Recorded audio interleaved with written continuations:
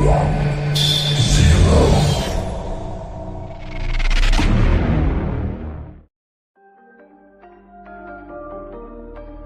no, no, no, no. Yeah, yeah.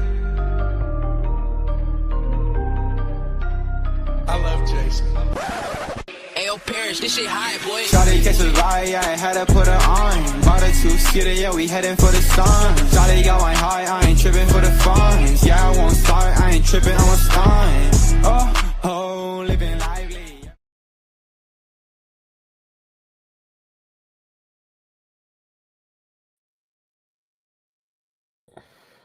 Hey, Jay, are you there? Can you hear me?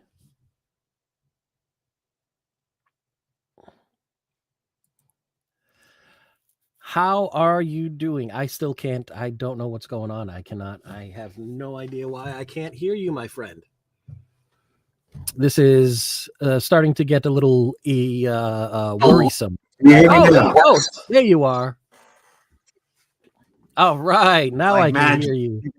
Just like magic. You know, it's funny how we always have some sort of, I guess it just wouldn't be us without any sort of technical difficulties. So we would like to welcome you to the last episode in December to the Around the Ropes radio show. I mean, that is crazy. It's crazy how the time is just like flying. It is. So As crazy. you know, I am Ray from Boston, and I am joined by our consigliere, Jay himself. Noticeable by his absence is the heart and soul of the Around the Ropes radio network, and that would be our founder and creator, Mr. John Blaine. For those of you that are just tuning in, we will briefly recap why John isn't joining us, and it's simply because the man needs some time. He needs some time away. He has been working himself to the bone, and we don't want him to work himself into a shoot, brother. So he's taken some time off, especially for the holidays, and he will be joining us. You know, he might pop in for a little Christmas surprise, but he will pop in when he is essentially damn good and ready. And well deserved too. He deserves it all, and it's good to refresh. It's good to recruit. You know, absolutely, 100%. And he has been going. You know, as he's mentioned, he has been going nonstop, really nonstop for so many years.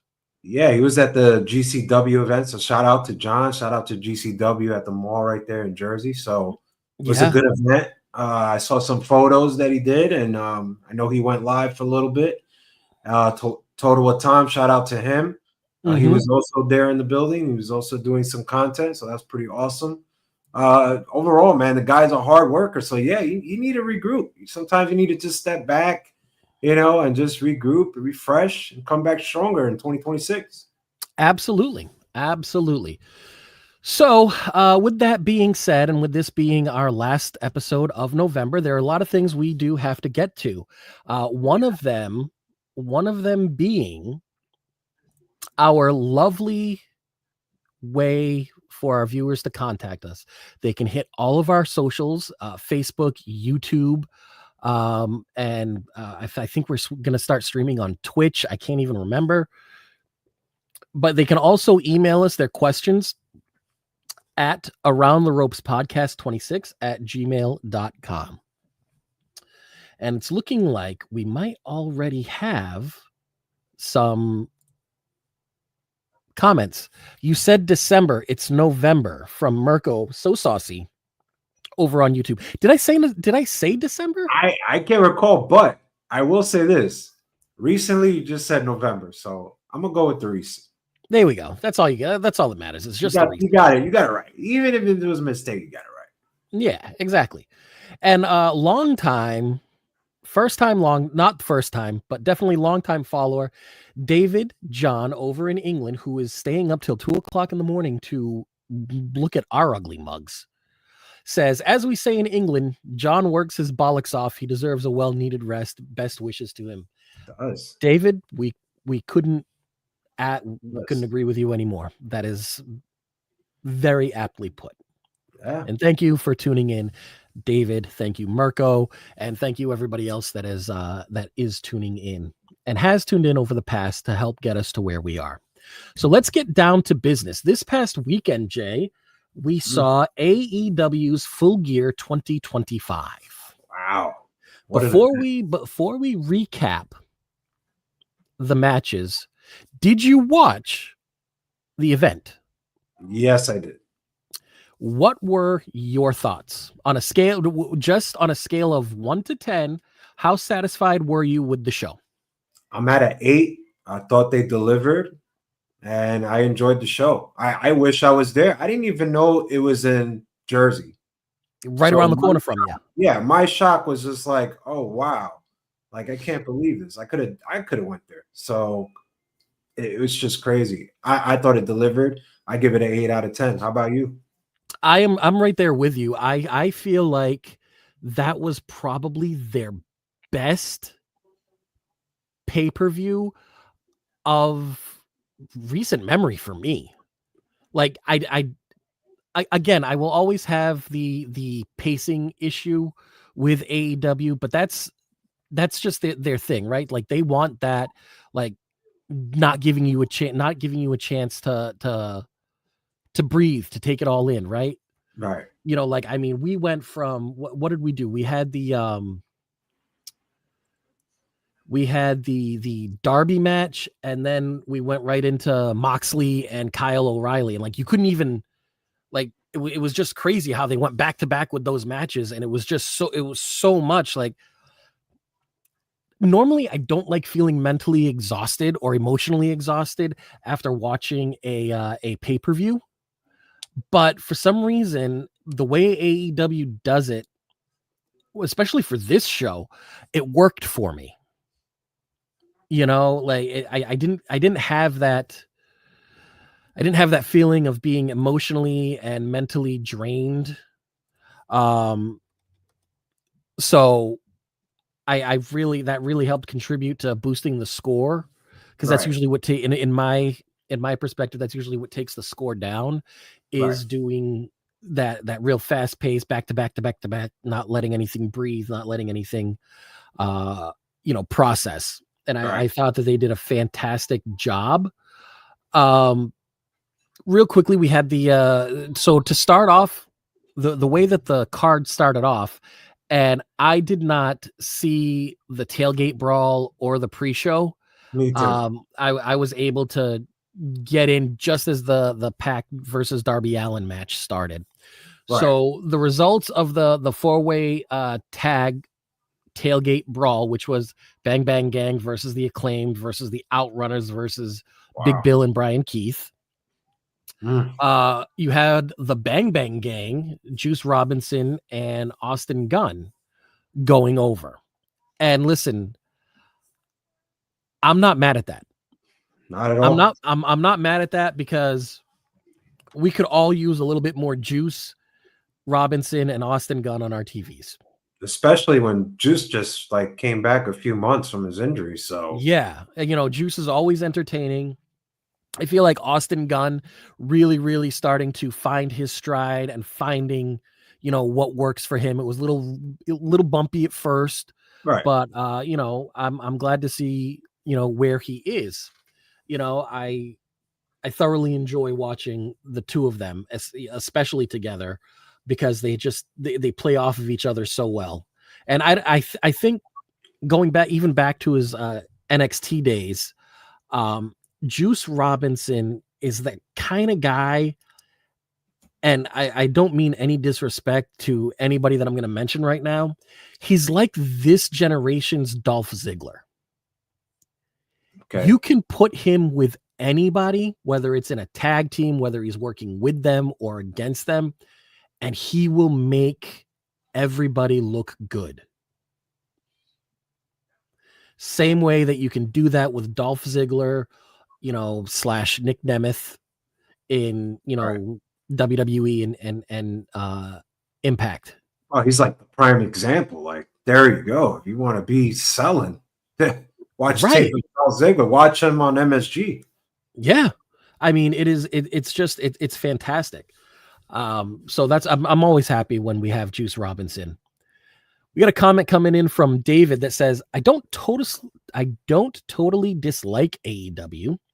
We get Dynamite and Collision free to view here in England. I just think they're seriously lacking when it comes to creative structure.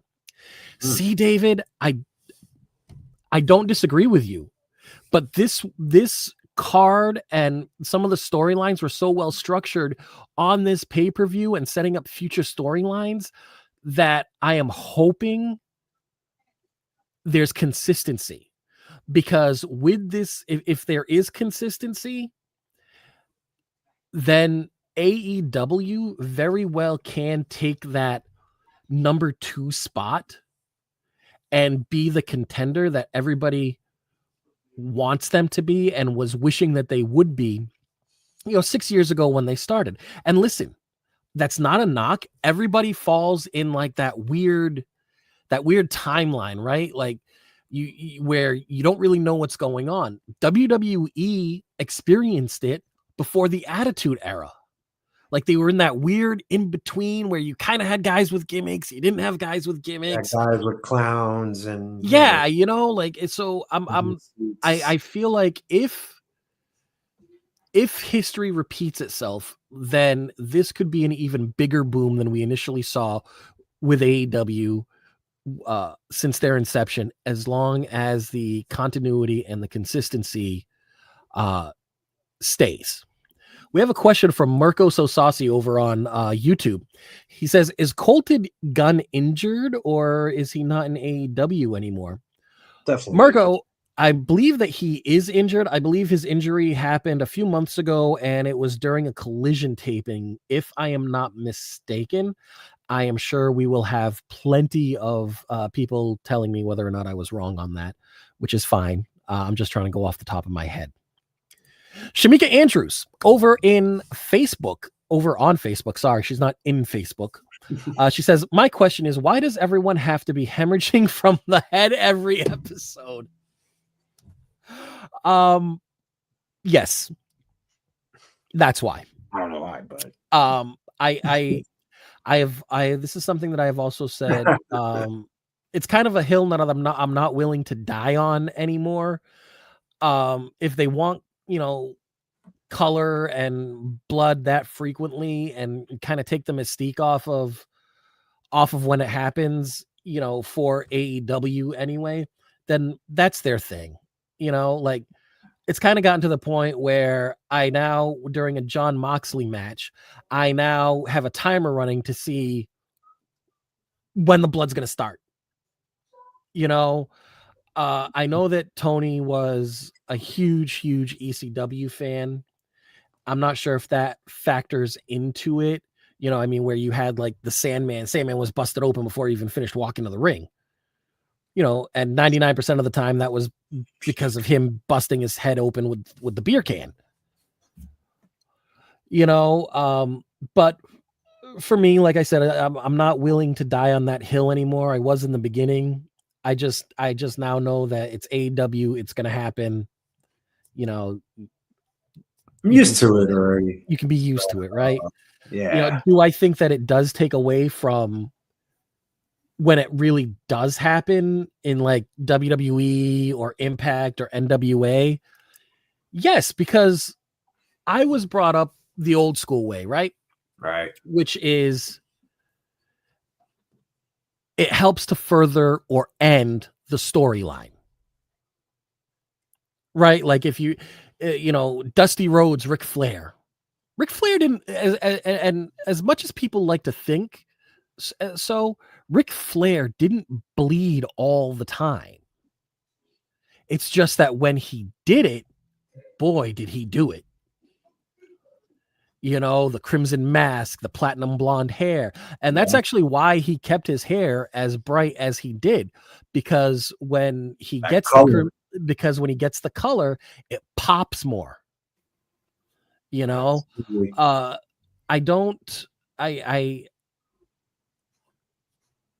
I don't let it take away from my enjoyment of the product anymore. Will I always be like, I wish that they could have, just been a little bit less, for lack of a better term, gratuitous with the bleeding? Yeah, because for me, I feel like it no longer helps the story. I will say this though about Full Gear. Mm-hmm. The blood that were in the matches, I felt it was well needed because for this pay-per-view, yes, right, because they told the story, so I was expecting it to end in that way, and it was well needed the way they were telling it. So I was totally invested.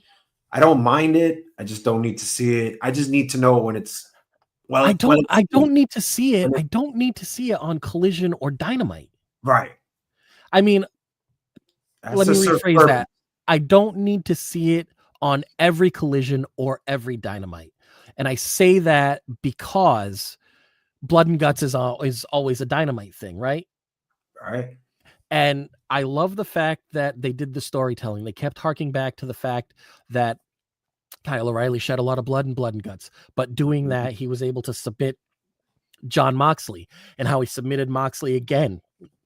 And then he ends up going over. So you knew that Moxley O'Reilly fight, it was probably going to be a bloodbath,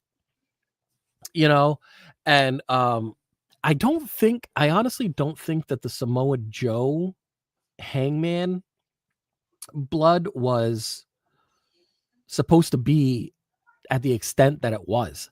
I think Joe legitimately got busted open on the cage, and it just created a large. I've never seen Joe bleed that much.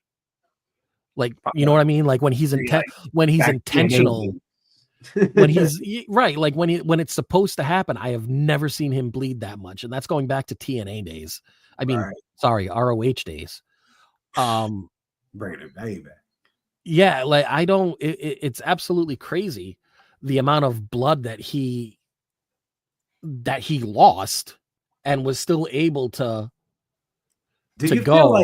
Do you feel like I feel like sometimes they know and they probably say to themselves, you know what? I think the best way is I just slam my face to the gate instead of taking a blade and cutting myself. Do you feel like they just do it on purpose? I mean, so when it comes to like a steel cage match, I wouldn't be surprised if there are those that are just like right? Give it to me the hard way, right? Like you get color the hard way, by getting rammed into the cage or into the turnbuckle or the post, like they were the most notorious instance in WWE of getting color the hard way was I think it was SummerSlam, not anything recent. We're talking a few years ago. Randy Orton and Brock, where Randy had talked to Brock before the match and was like, no, after the match, get me color the hard way. And that's when Brock took his gloves off and, after the match and beat Randy down and split his forehead open. To which everybody will tell you that McMahon was pissed because that wasn't supposed to happen, but it's Brock, it's Randy. What do you, Jericho? What are you going to do? Jericho was pissed too. That led to one of the notorious backstage confrontations between Jericho and Lesnar. I don't think Jericho would have gotten too far personally. I think that Brock might have, if it really came down to it, you saw how much power Brock has in that right hand when he popped Strowman, because Strowman was a little too anxious for that. I think it was like his first big pay-per-view match, and he was in the ring with Brock, and he actually, like, legitimately, we all know that Brock has abdominal issues with the diverticulitis and everything like that. Strowman really hit him in the ribs, in the stomach, and it hurt him. It brought him down to a knee. And then you just see Brock get up and he hits him real quick with a 1-2, bing, bing, brings Strowman down to a knee. And you hear Brock, I don't know if they've edited it out, but I distinctly remember hearing Brock saying, slow the fuck down. Yeah, man. You get a receipt. Exactly. It's the nature of the business. And back to Shamika over in Facebook land. She says, my other issue with them is they're on these 3 streaming channels. Why are pay-per-view? It's gotta be that HBO Max deal, and I it thought has to be. I honestly thought that when they started doing this the simulcast with HBO Max, I assumed, and maybe that's on us for assuming, that it was going to go the same way as Peacock with the WWE. No way. Because if HBO Max, this is like the leading right, but if office. But if you think about it, we're talking about WWE, the global leader in sports and entertainment. They have the opportunity to be just as money hungry as anybody else. And then they go move over to Peacock. And as long as you have Peacock, you get all the PLEs for free. So I feel like that kind of tainted the waters, and that spoiled us, because I thought that when AEW went to HBO Max and the simulcast, that as long as you have HBO Max, you're good. And then and that's clearly not the case, nor is it the case for WWE now that they are on ESPN.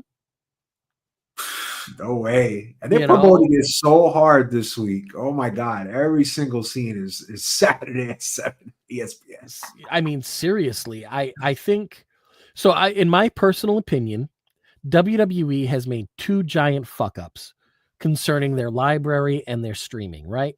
The first major fuck up was getting rid of the WWE network. Yep. Second major fuck up was leaving Peacock.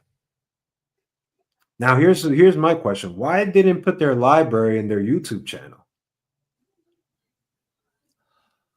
Wouldn't that be better for them?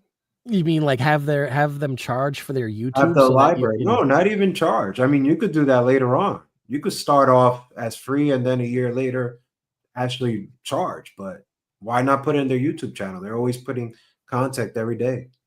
Why not put the library? They did it with WCW matches.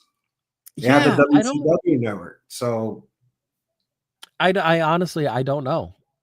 I'm not sure that they wanted that. Be a good solution for now. You know what I mean? Just temporary, not lose it. Actually have, your fans watching it so they can get invested. So then if there's a slight deal on ESPN, hey, we could sell you this now.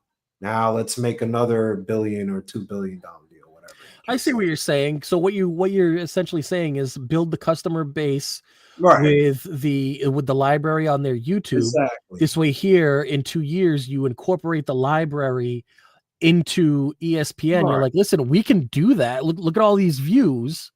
And for our library, and we can give this to you. We can incorporate this into ESPN if you sell. You give us another $1 billion. And honestly, now that we're talking about it, I kind of think WWE did it on purpose. Like, think about it. You have another package to just sell to ESPN and Disney.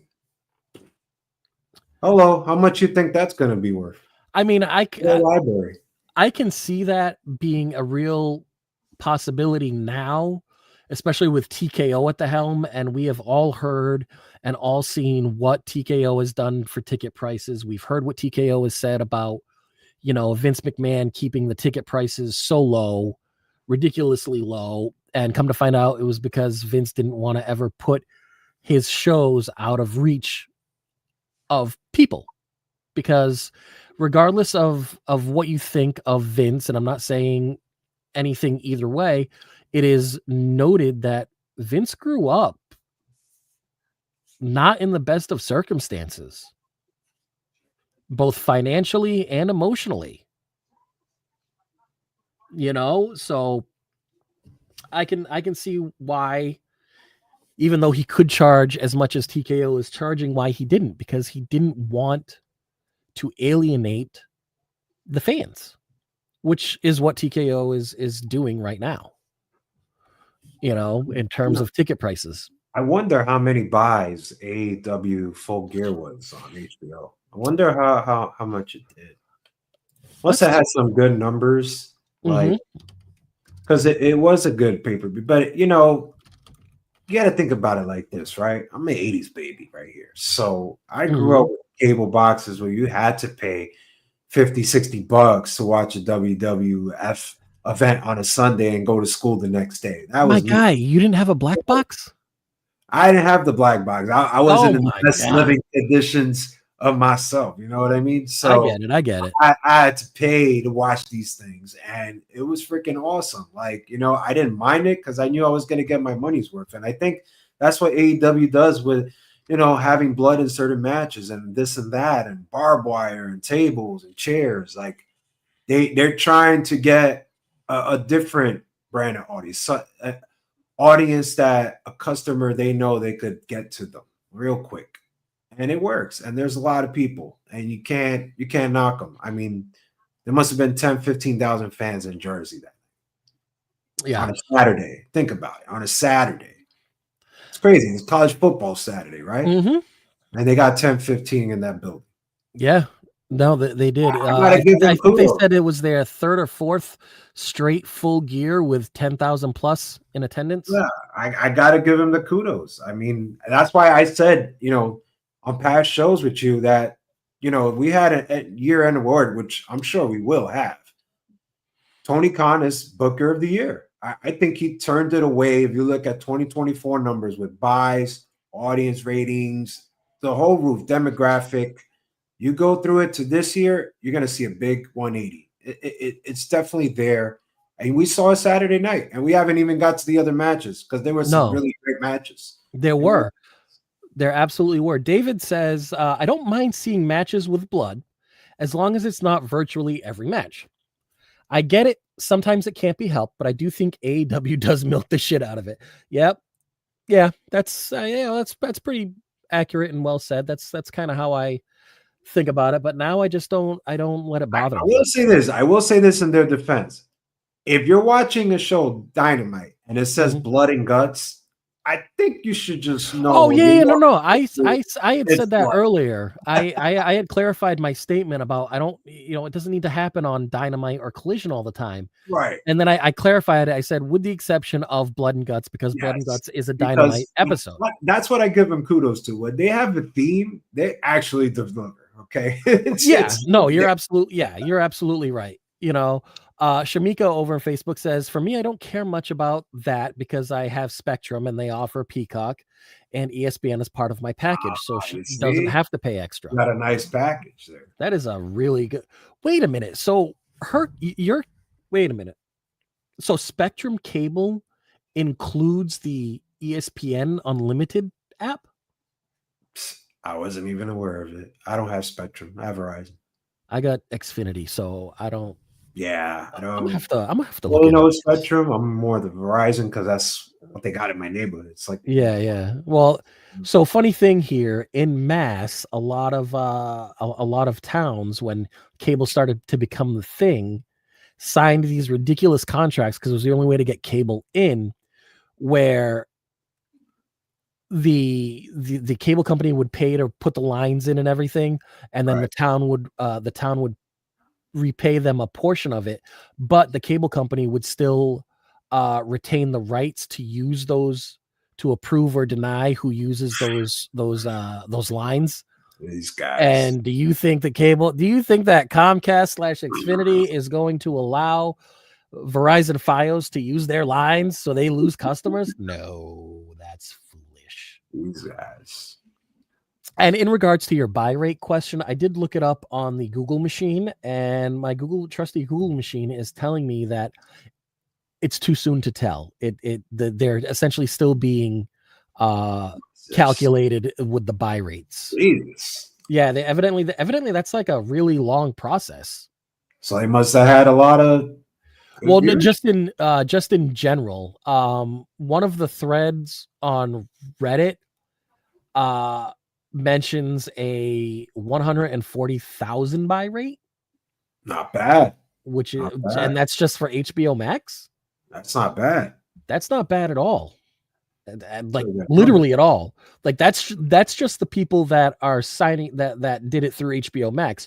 We're not counting Triller. We're not counting your regular cable company or anything like that. You know, or do they still do Bleacher?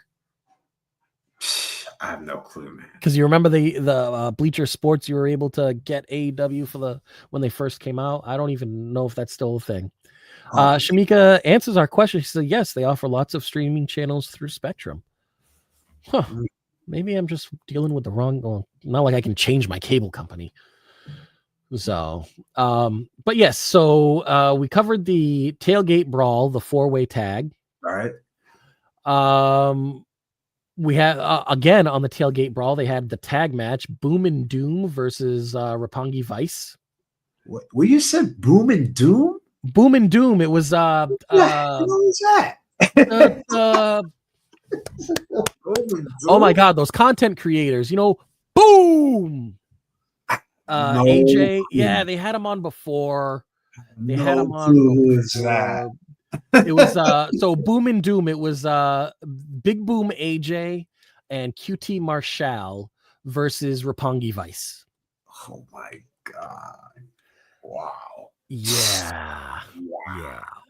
Now this next one that was part of the tailgate brawl, I want everybody to keep it in their head. So we had another tag match on the tailgate brawl: Eddie Kingston and Hook versus the Workhorsemen. Okay. Eddie Kingston and Hook won. Keep that in your brain for later on in the show. Okay.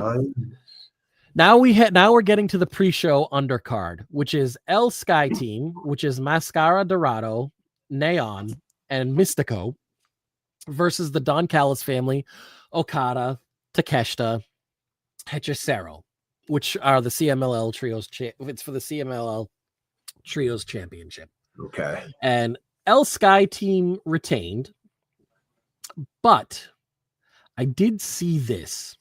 Okay. Okada was fashionably late to the match. I think somebody said like about 5 minutes late into the match before Okada showed up. So it was Takeshita and Hechicero. It was a 2-on-3.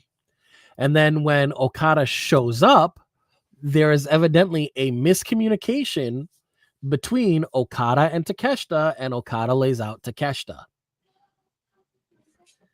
I'm not entirely sure how I feel about that not being part of the main card, simply because when they do have Takeshita split from the DCF, and he's going to be the one that splits from the DCF because he needs it. It is his time to shine, right?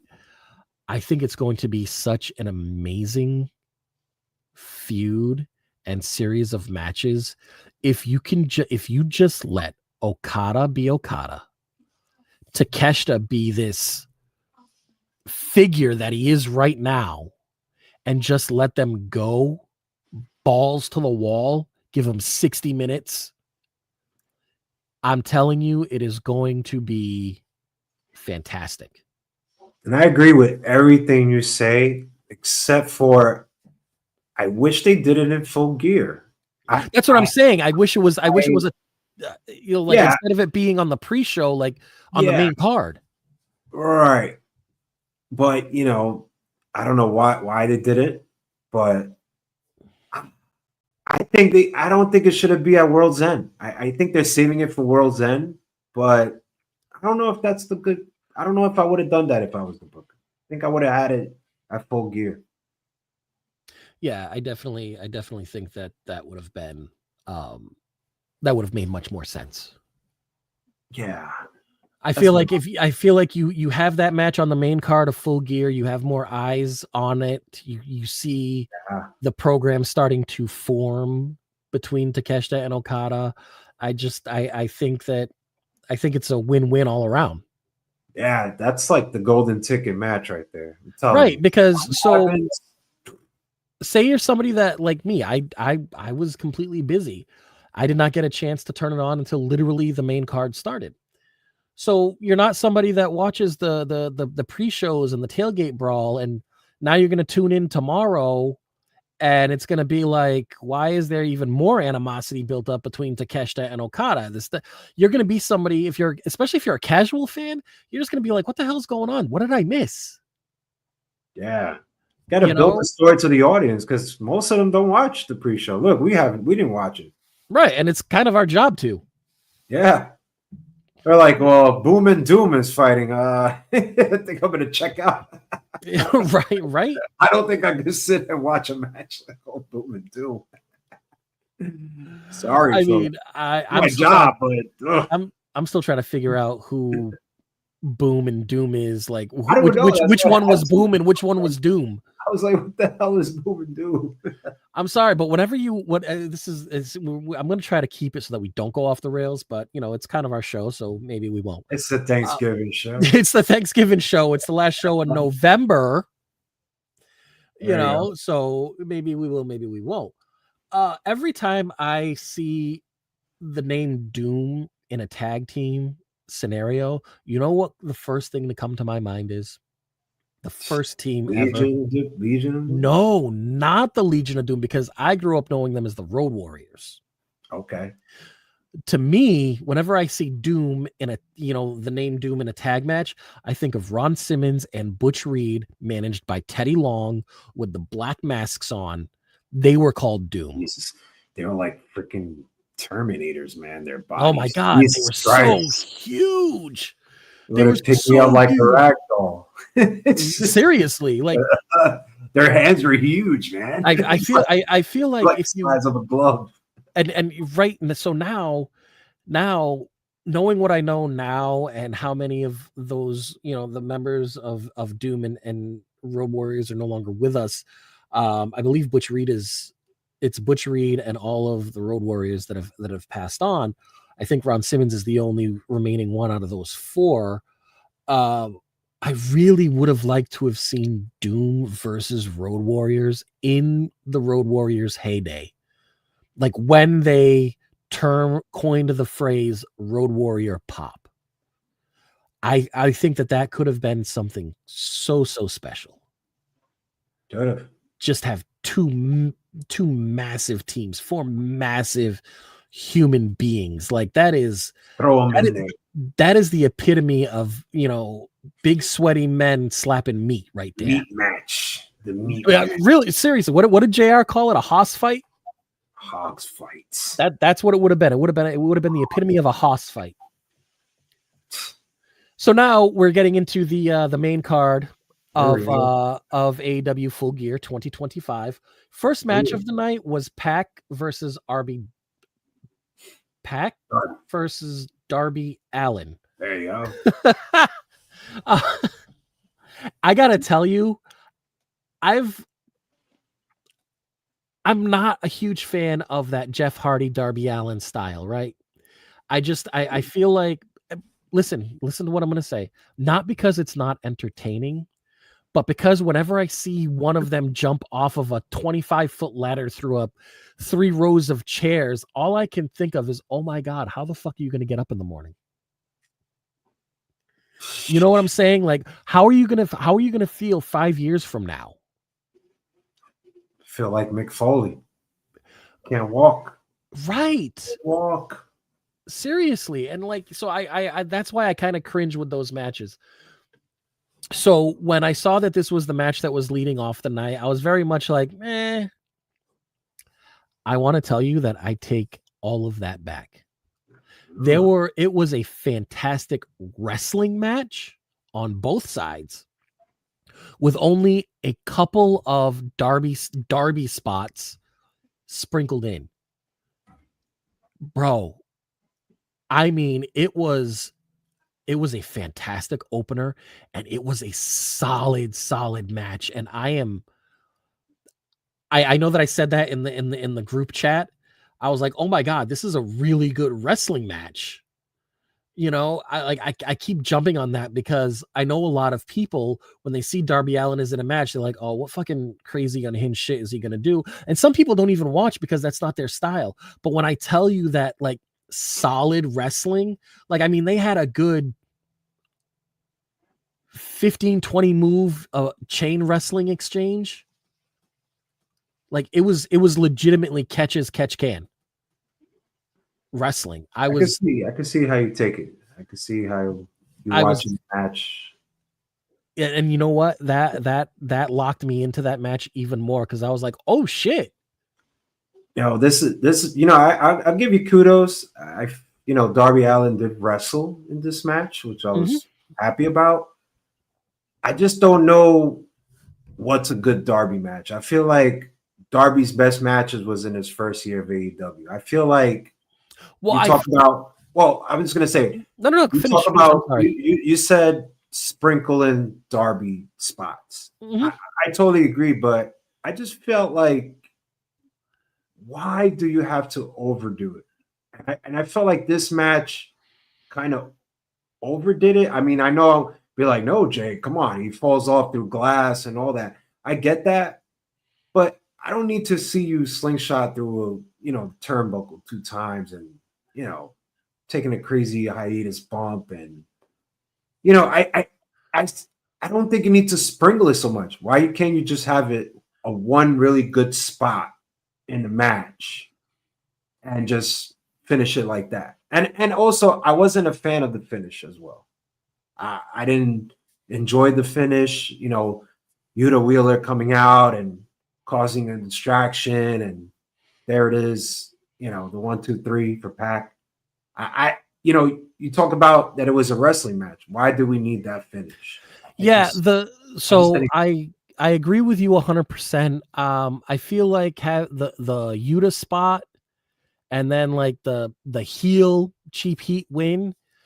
I just it did for me as high as I was on that match, halfway 3/4 through it, that kind of did deflate me a little bit because it was a good match.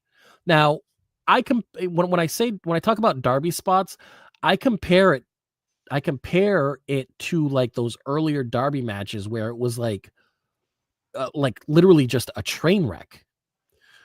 Now, do I think that he could have still cut down on those spots? Yes. But I was happy with the amount that he already cut down. We have to take these spots into consideration, like blood spots that we talked about earlier. The same thing. Like, it should just serve purpose. Like, I get it. You're gonna do it in this match. You build a story. I don't need to see it 3-4 times, especially in the ring and out of the ring. Just make it one good spot, and that's all that I need. That's all. I feel like it just takes a little bit out of the match. And also the finish, I don't felt like you needed it because you were already telling the story from the beginning of the match, having a wrestling style match. So that just kind of took me out of it, like it did for you a little bit. It kind of took me out of it too, like, oh damn, like what the hell's all this? Yeah, so the spot, one of the spots that kind of I had to refocus and get myself back in the match was, so we all know how crazy strong Claudio is, right? We have seen him do the I'm tossing Darby from the center of the ring onto the announce table. When Pac tried to set up for that or started to set up for that, I was like, please don't. Like that's like a Claudio thing. Like let that be his thing, right? And then like you just see him readjust and he fucking body slams him to the cement. Like that's when I was like, but then I was able to get back into it because when they got back in the ring, they went back to, the wrestling. And I think that looking at it that way, like, which I think maybe they were trying to get you to look at, which is we're outside the ring. We can do outside the ring shit. I think that may have been what they were going for. Again, I'm not in those production meetings. I don't know. I get, but at the same time, like it kind of broke the momentum for me for a little bit. Kind of like having Wheeler Yuta come out. Like you're having a fantastic match. Why are you having Wheeler come out? Everybody was pissed off. I don't know if you're trying to get Wheeler more heat. And let me tell you, I don't think Wheeler needs more heat. The heat that Wheeler has right now, to me, is very reminiscent of the heat that Dominic had when he first started his heel turn, when he couldn't even, like, as soon as the microphone was put in his hand, he couldn't say a word. You know what? I'm worried about Daniel Garcia because I don't hear no heat, and I don't hear no pop, and I don't hear nothing. It's kind of like he's just there. He's just like there, and I'm like, who the hell is this guy in the hoodie? I was like, oh wait, that's Daniel Garcia. Bro, do you know how many times I forget like that he's even part of them? I'm like, who's out there wearing culottes? And you know what's crazy? And it's Garcia. Yeah, and when he's out there with Claudio Castagnoli, it's like he doesn't know what to do, man. And when he does the move, it's like no effect. It's like no effect. Which is weird because we all know that Garcia can wrestle. Yeah, that's the weird part of the whole thing. So weird. Every time he does a move, it's just like crickets. Like, okay. Yeah, I don't. It's very weird. We actually have, ironically, we have a message from the Around the Ropes radio show over on Facebook. It says, "Hey guys, hope you guys in the ATR Nation have a great Thanksgiving Thursday."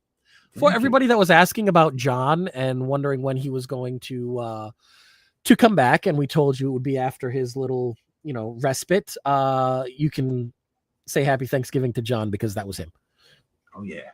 He just wanted to pop. Yeah, I told you he's going to be popping in. You never know how, but he's going to pop in. He's going to be like the Christmas surprise. So, if you had to rate, the opening match, Pac, the Bastard Pac versus Darby Allin, on a scale of, I want to say 5, but like I don't want to get it confused with Meltzer's ratings. Like, so what you want to say? 10? Yeah, let's go with 10. 6.5, 6.5.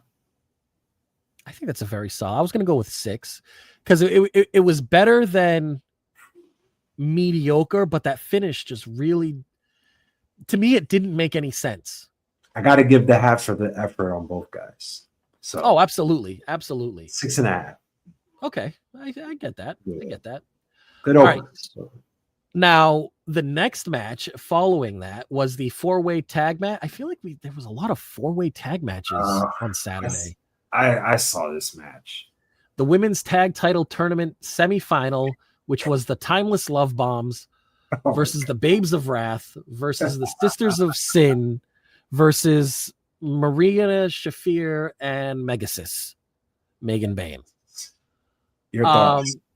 I thought it was a solid match. I think that all of those women performed very well. There was a good amount of storytelling because if you didn't see Blood and Guts, they were all in Blood and Guts. The Timeless Love Bombs were teamed up with the Babes of Wrath, and right. The Sisters of Sin were teamed up with Shafir and Bayne. Right. So, and I like how they pushed that, and then you kind of got to, like, and in the beginning of the match, everybody was giving everybody their respect, right? Like the Sisters of Sin were giving respect to, their fellow teammates and Timeless Love Bomb, etc. And then it started to degrade as the match went on, which I'm always a fan of. Because it even though to some people it seems like the most basic storytelling, to me it shows that they're still trying to tell a story, that it's not a match without purpose, right? All right. Because a match without purpose sucks. It's flat. Wrestling for the sake of wrestling is just moves. I feel like only certain wrestlers could get away with it, like Ospreay. Daniel Bryan can get away with that, right? Like you know what? Forbidden Door is good for that, right? Like Zack Sabre Jr. versus Bryan Danielson, just for shits and giggles. For the first time, just for shits and giggles. That those kind of pay-per-views can get away with it. When you have like the NXT versus the SmackDown versus Raw. Miss those days, man. Those were some pretty fire matchups. You know, some pretty prior matchups and some pretty prior video games, man. Oh, absolutely. miss You those things. know, so in instances it works, but even then it's still used as a tool for storytelling. Gotcha. Whether it's you want that, you can't wait to see that NXT guy come up. I say Keith Lee. Keith Lee was fantastic for Keith Lee, right? Keith Lee went in, did some main roster stuff on the Pandemic Royal Rumble. Everybody wanted to see Keith Lee on the main roster after that. And then they didn't let Keith Lee be Keith Lee because some people thought that big men shouldn't move that way. Big men should work like slow lumbering big men, you know? And, then Keith Lee had some health issues, and unfortunately that's where we're at. Yeah. You know, Shamika over on Facebook says, I want to see Marina versus Roderick. Listen, if you tuned in last week, you heard Bobby talk about Marina Shafir and how legitimate she is, and how putting her even against the men's locker room, she's still the most legitimate badass bitch in the fucking company. So when it comes to Marina versus anybody, I'm following Bobby, who's known her longer, and putting my money on Marina. I don't care if it's her husband. Put my money on her. So getting back to the 4-way tag match for Full Gear, the Timeless Love Bombs and Babes of Wrath, Sisters of Sin, blah, blah, blah, blah, blah. Again, for what it was, I thought that it was a good match, but for me, I feel like that could have been a Dynamite match. And I don't mean that in a disrespectful way. I feel like that could have been like a Dynamite main event, just simply because of the stipulation about the tag title tournament semifinal, right? Where they could, you pick the stipulation. Right. The tag title tournament is on Collision and Dynamite. For me, this match should have been on Collision or Dynamite, and you have the finals of that tag team tournament be on your next pay-per-view. You see what I'm saying? Gotcha. Now, if that means that they should have started the women's tag team title tournament sooner so that the finals could have been on Full Gear, then that's what they should have done.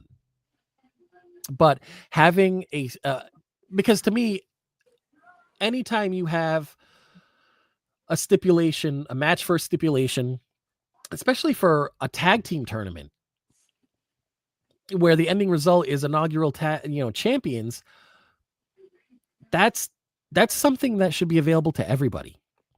And then you have the finals to sell your pay-per-view. You know what I'm saying? That's just me. I thought it was but I did think it was a solid match. I thought it was a good match. I didn't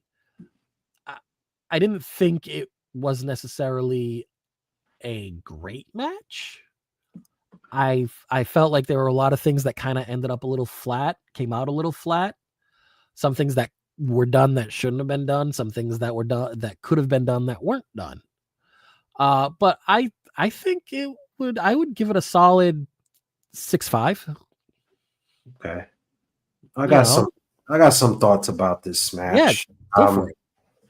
I'm going to start off with first. I mean, I didn't know about the pre-show matches, but now that I hear this, I think I would have switched to Kesha match with Okada and put the 4-way in the pre-show. I would have done that. Another thing is, I got to give AEW credit with the story. I think this is why I enjoyed this pay-per-view. It was about the story and pushing it. Now, all these women were in the Blood and Guts match, and they told the story there, and they continue with it.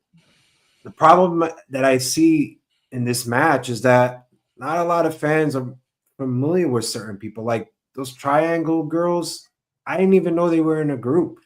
Julia Hart, Sky Blue, and the other one. Maybe you could name it. Yeah, there you go. I didn't even know they were in a group. You know, I know they were like together, but I didn't know there was like a group. You know, yeah, they're the three of them together are called the Triangle of Terror. Yeah, terror, which is funny, and I'm going to tell you why that's funny. Having a triumvirate called the Triangle of Terror is funny to me as a longtime wrestling fan, because back when Macho Man Randy Savage and Miss Elizabeth were going to get married, I think it was SummerSlam 92, where they had the match made in heaven and the match made in hell. Okay. The Triangle of Terror was Colonel Mustafa, which was the formerly known as the Iran Sheik. Sergeant Slaughter, when he was the Iraqi sympathizer, and General Adnan. They were called the Triangle of Terror. So whenever I see in pro wrestling a triumvirate called the Triangle of Terror, that's all I can think of. I wish they had thought of a different name. Because when you look at any three of those hardworking ladies, you definitely don't want to be seeing Sergeant Slaughter, Iron Sheik, and I just General feel like certain fans get left out because not everybody watch Collision all the time, so you're not going to know what's going on. I felt like there was so many illegal tags. I didn't even know who was legal in the match at certain points. Yeah, that was the other thing, is that the rules weren't. I didn't think the rules were laid out like all that well. I didn't realize that it was. I felt like it was a spot fest. Like one group is going to do their spots, and now we're going to do this spot, and now the other group is going to do this. Then we're going to tell a little story with Tony Storm and Mina. We're going to tell the story there. But I got to give him credit. Whether you like this match or not, whether how good or bad it is, the story continued. And that's what was really good about it. So That's I'm what going kept me engaged. Yeah. So I'm going to give it a 5. Okay. I'm going to give it a 5 because of the story and it's continued. But overall in the match, I just I think we could have done this in the pre-show, or like you say, Dynamite or Collision. Yeah.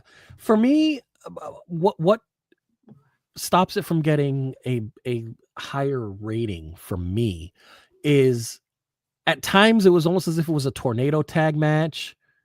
At times it was as if it was a mixed match where you can tag anybody else.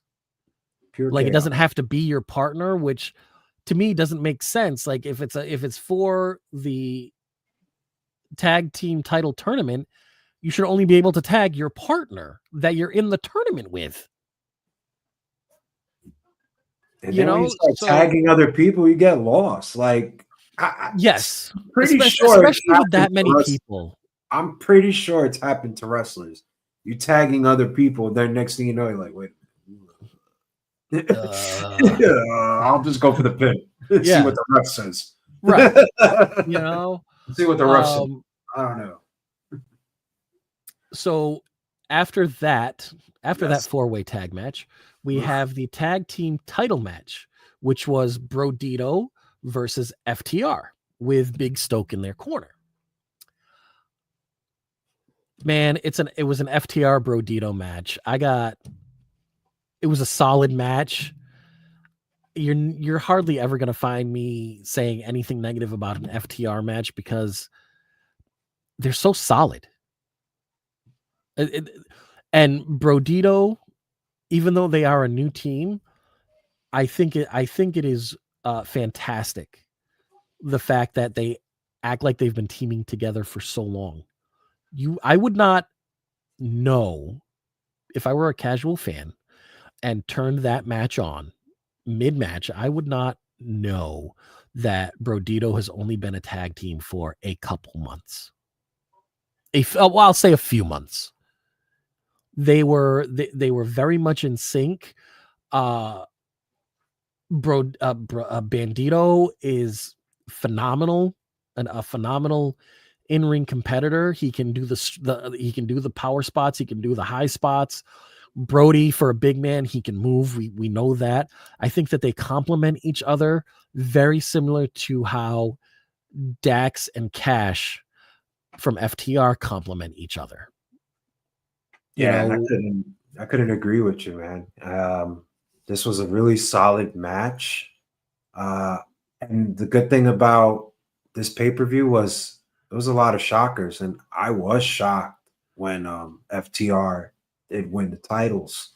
I did not expect that, and I think that makes wrestling's so good Mhm. that you don't know what's going to happen. That unpredictability, that any chance to happen, and that's what I saw in this match. And I actually really, really liked this match. I thought it was solid, man. If I had to rate it, I'll give it an 8, man. I thought it was really, really, really good match, and the story was there all along. And Brodito as a tag team, hey, they lost the belts, man, but I do not mind them chasing because they're probably even better chasing. So I'll bring it. Yeah, absolutely. I do not want to see Brodito broken up anytime soon. They are fun to watch. They're entertaining to watch. They're believable, which is fantastic. I always love it when I can truly suspend belief because it is so believable, if that makes sense. Yeah. You know, we have a comment from our friend across the pond there, David. He says, I hate to go off subject, fellas. That's fine. We always go off subject. You should know that by now, David. He says, but I thought I'd just let you know, with Survivor Series War Games coming up this weekend, I'm currently taking a little trip down nostalgia lane watching Survivor Series 95 right now. 95. Oh my God. 95. Is he 95? Where was I? Was that junior high? I'm trying to think, like 95. I was a freshman. I think I was in I think freshman. That is crazy. That's a good Survivor Series, though. Yeah, I'm pretty sure it is. I'm trying to remember who it was. It was this was when we were still doing the 4-on-4. This is when they were still doing the 4-on-4 matches. Yeah. And I think the main event was it Bret Hart and Diesel, I believe. You're right. Bret Hart, good memory. Bret Hart, Diesel, no DQ match. Yeah. That's when they were. I always say, like, Diesel was not it for champion because he could never put asses to seats. That was just me. Like, if I had to take the WWF at that time, I would say Diesel, my number one. Yeah. Never put asses to seats when he held the title. That's not I'm not knocking him and his accolades. I'm just saying, like, asses to seats make you want to watch. I don't think Diesel was it. Back at that time, and being that age, I'm trying to, like, did I watch that one because of Diesel, or was it because of Bret? It gotta be Bret. I distinctly remember Diesel doing an interview with Mean Gene? I think it had to have been Mean Gene still at that time, where he was just doing nothing but talking about Bret and like giving Bret his flowers and everything. And I was just like, huh. Yeah, I think I may have ended up watching that. I think the Bret aspect of that match is what made me watch that one. But I think the Survivor Series match has some really all-stars, man. I think it had oh my God, those 4-on-4 ones. I think you had British Bulldog, you had Owen Hart, you had Razor Ramon. I mean, you had some players like in that Survivor Series. I don't really know how the teams were set up, but I know the players were there. But it was yeah. That 95 wasn't bad. Wasn't bad. I think it was the third match of the night. It was called the Wild Card Survivors match, because this one had heels and faces mixed at random on each team. So definitely Owen and British got to be there then. Well, so it's funny because this is, I believe, if I'm not mistaken, this is when British Bulldog and Owen Hart were tag team champions. On team 1, you had Shawn Michaels, Ahmed Johnson, British Bulldog, Psycho Sid. Johnson. Wow. On team 2, you had Razor Ramon, Yokozuna, Owen Hart, and yes. Dean Douglas. I wouldn't expect Ahmed Johnson though. What a shocker! I forgot about that dude. Yeah, you know who hasn't forgotten about Ahmed Johnson? Everybody. Everybody. Ron Simmons is over. Yeah. Man, what Ron Simmons did to that man when he came back after Ahmed had lacerated his liver was it was brutal. You should go find that footage. David, if you're watching that Ahmed Johnson match, please tell me if he hurt somebody in the match.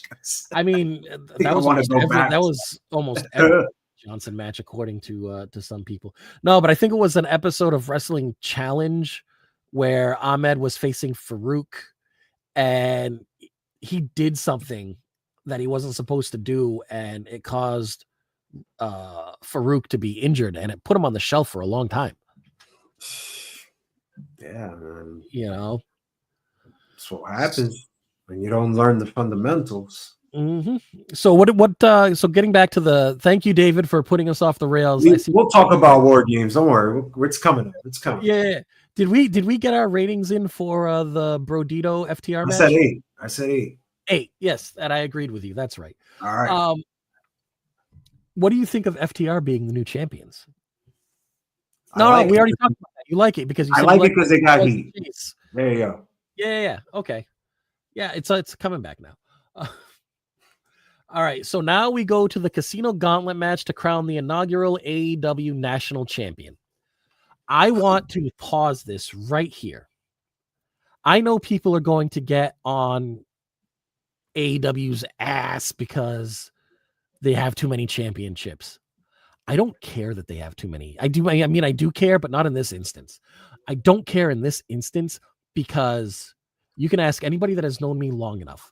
My 2 favorite belts designed are the NWA original TV title, which it was kind of a direct carbon copy of the NWA National Championship, except the TV title was done in platinum or silver with a red strap as opposed to gold and the black strap. So anything that brings that belt design back to the forefront, I'm all for. You can't talk me out of it. So, with that being said, the first two participants of that match were the 2 members of the Hurt Syndicate, Shelton Benjamin and Bobby Lashley. I was excited to see that because I'm always, when you have 2 bona fide badasses with the wrestling pedigree that those 2 have, I was waiting for a match that looked like a shoot fest. Okay? But that's not how it really happened, because drawing number 3 was the man himself, Ricochet, who had planned for this by making sure that GOA, the Gates of Agony, were on standby and jumped the Hurt Syndicate. I liked it. I liked this match a lot more than I thought I would, because I'm always a sucker for threading through a story. And during that entire match, we'll get to that in a second. I am a sucker for threading through a storyline throughout the entirety of a match. And that is exactly what they did with Ricochet, Gates of Agony, and the Hurt Syndicate. Hurt Syndicate. Yes. Did Ricochet win? Yes. Is he your inaugural, national champion? He is. But you know what? I also think Ricochet's doing some of the best work of his career, being this smarmy little heel that he is. I gotta give him credit. He was entertaining that night. Yeah, so I'll give this match a solid 7.5. Yeah, I'm with you on that. Yeah, I think that's a solid. It was a solid match. Everybody in it was good. Everybody played their part, and I'm glad to see Ricochet having a championship, and I'm glad that Ricochet keeps his character intact even during the post-show, the media scrum. Now, I had this thought before you get in the comment. I had this thought that when I saw the match in the beginning, I thought you couldn't go over the top rope. there was like certain parts, like guys were trying to go when they're trying to get thrown over, they didn't go down. You know what I mean? And then they Yeah. I don't I know was if that was kinda just a confused. I was like, timing wait a thing. minute. So Yeah. because they were stopping each. I was like, Mhm. wait. Oh, okay, you could go over. Yeah, I know. It was. There were, but that wasn't the only match that happened in. I don't know if it was a rope setup thing or what, I but don't know why they were doing it in the beginning because that's what I thought. I was like, okay, so they can't go over because they're watching themselves from falling on the floor. I'm like, yeah, I do. It's times like this that make me miss when AEW would specifically describe and put up the graphic of the rules of the match. yeah, Like I missed that when they, that was one of the things that I really should have liked. done it for this because I was. I think anytime they have those gimmick matches, like the 4-way women's tag title, tag semifinal stipulation, tornado tournament tag for yeah, like just make our lives easier. I don't like I don't want to think as much as I'm. Let's I'm call doing. Oprah. So yeah. So Shamika, I know I've had it up for a little while. Shamika over in Facebook says, I am just waiting for Oprah to show up and say, you get a championship, you get a championship, you get a championship.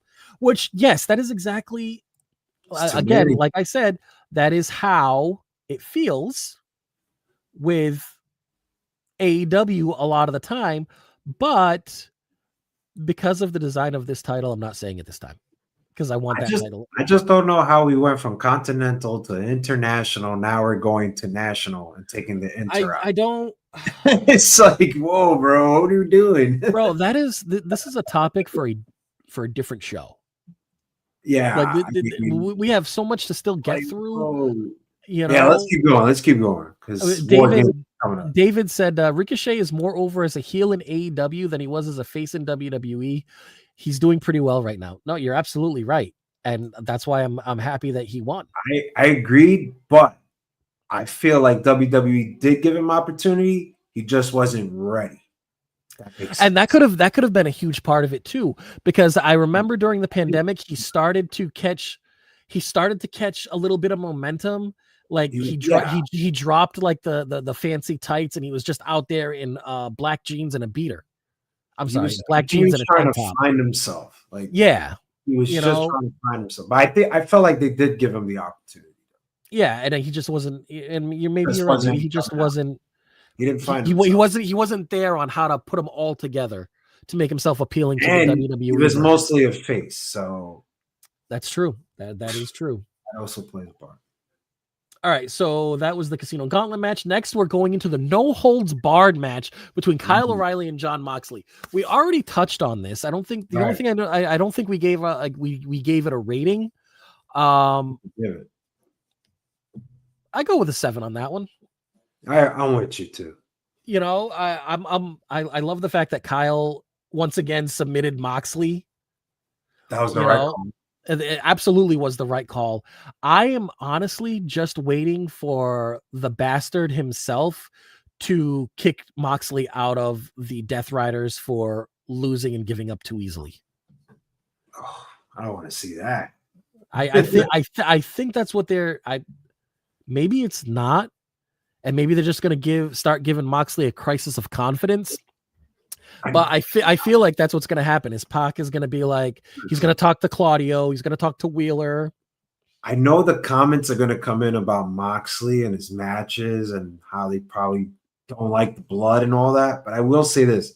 He's doing his damn job. It's putting people over. Mm-hmm. Kyle O'Reilly, perfect example. Listen, I have no problem. I have no problem with the blood in this match because they sold this as like a blood feud, and so I'm okay with that. Kyle O'Reilly was super hot, and then the whole neck injury happened. Then he was lost in the shuffle, and the Adam Cole incident. Now they're giving him the spotlight. They're giving him the opportunity. What better person to work than Jon Moxley? I know people say bad things about this guy, but you got to give the guy credit. Putting people over. He's making you want to watch. And he's making you want to watch somebody else other than himself, Jericho, all of Yeah, so did I. Shamika says, I thought they were going to kick Wheeler out a long time ago. Should start with Garcia first. I mean, you want to talk about somebody that's lost their mojo. You want to talk about somebody that's lost in limbo? That's just Daniel Garcia. Seriously, like what, bro? What happened?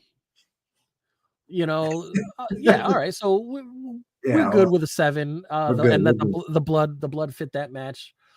Then we go into the and this is what I was talking about, the not having a chance to breathe.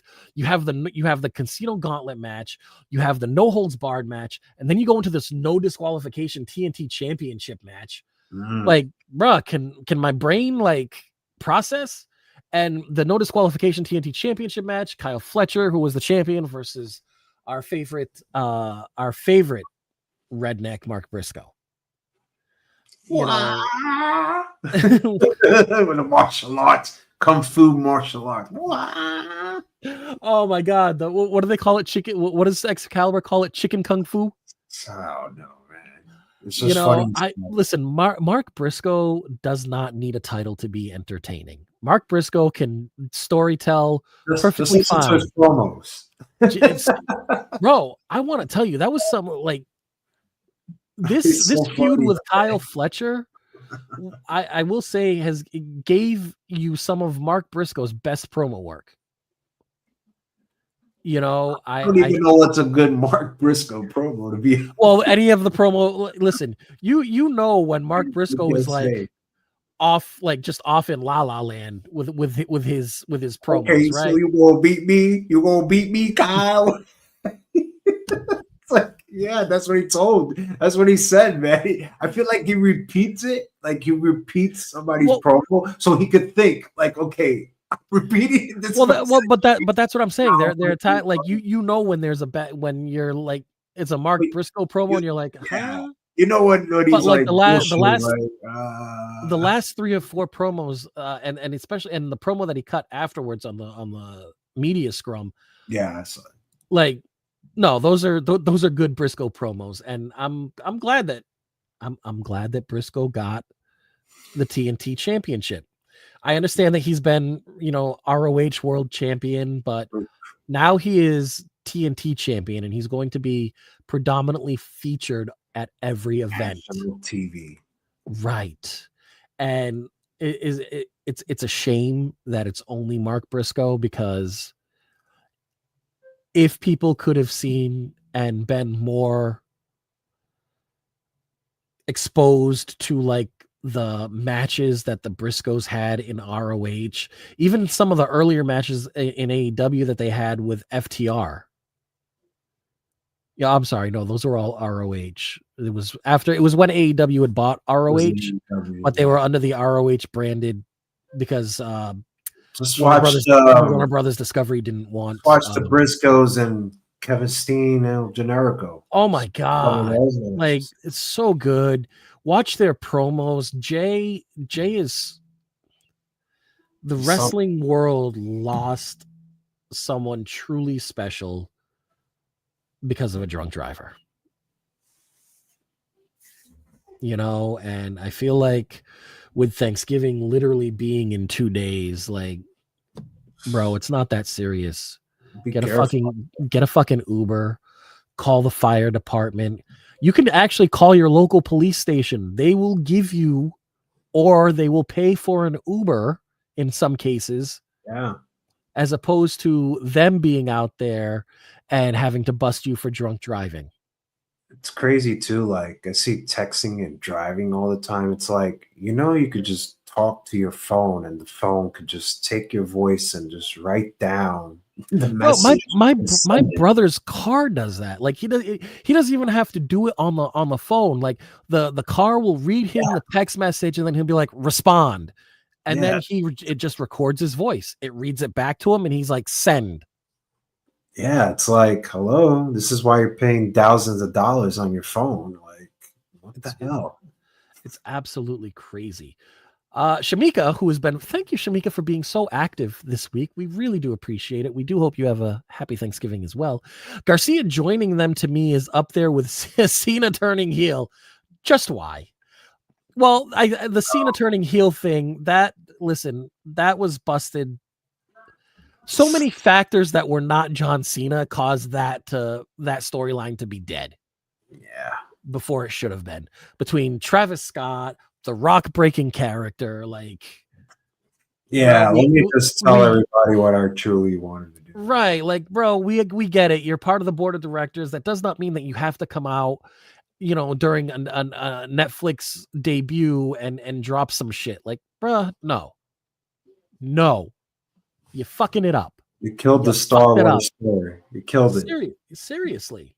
And then we go. So I want to say that was a solid match. That's an 8 for me. The TNT Championship, maybe even an 8.5 because you get the 0.5 for Mark Briscoe winning.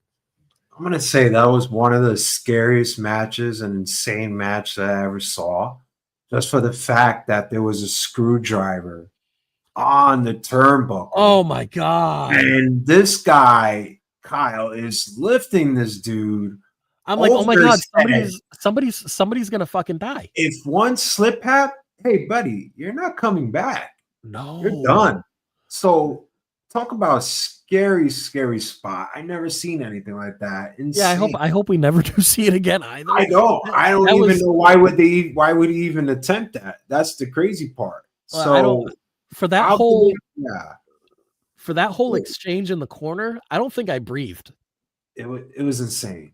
Because I was so much like, please don't let anything happen. Please don't let anything happen. Yeah, one slip. Don't let anything happen. It's over. But I'm with you on the same rating. But 8.5.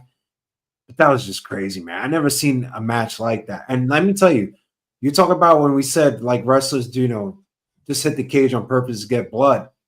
Kyle right here was a perfect example. He was taking those ladder shots without protection. Yeah, come bust me up. Seriously, like, and that's coming from the company that said we will never allow unprotected headshots with anything. Yeah, but I don't need to see that spot though. I don't need to. No, see that. That's insane. I'm good with that. So then we go into the $1 million trios match. Young Bucks, Matt and Nick Jackson, and Josh Alexander, representing the Don Callis family versus Jurassic Express, Jack Perry and Luchasaurus, and Kenny Omega. And there was $1 million on the line, put up by iDrink, which was the sponsor for the night. And I thought that this was, again, another solid match. The ending of it was, I was expecting it to end the way that it did. But part of me was kind of hoping that it wouldn't, so that we could get a little bit more of a prolonged feud with Omega and the Bucks. So you're with me, like they did it too early. I do think that they did it too early. Absolutely. I think that you could have let the Bucks get more money blind, right? Getting blinded by that $1 million, and have a month or so worth of vignettes or backstage vignettes of the Bucks just going buck wild with the money, and vignettes of like Kenny and Perry trying to talk to them, bring them back down to earth a little bit.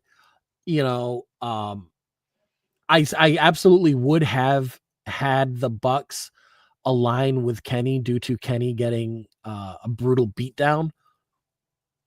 So that part they did right. I just would have done it a lot more brutally. And yes, I still would have used the Don Callis family, because you need the Bucks to turn on the Callis family to really get that closure. All right. But again, a solid match. I do agree with you that they pulled the trigger a little too early for that, but I kind of am also glad that we do have the Elite back together. Yeah, I'm gonna give it a 7, but I will say this: I also felt the time duration when the Young Bucks were out of the ring and they started attacking, and they were literally like 6 feet away from the ring. I felt like when you're going up and just turning around all the time and you make it actually to that curtain call, it's like, bro, you had all this time. You made all these facial expressions. You're selling me.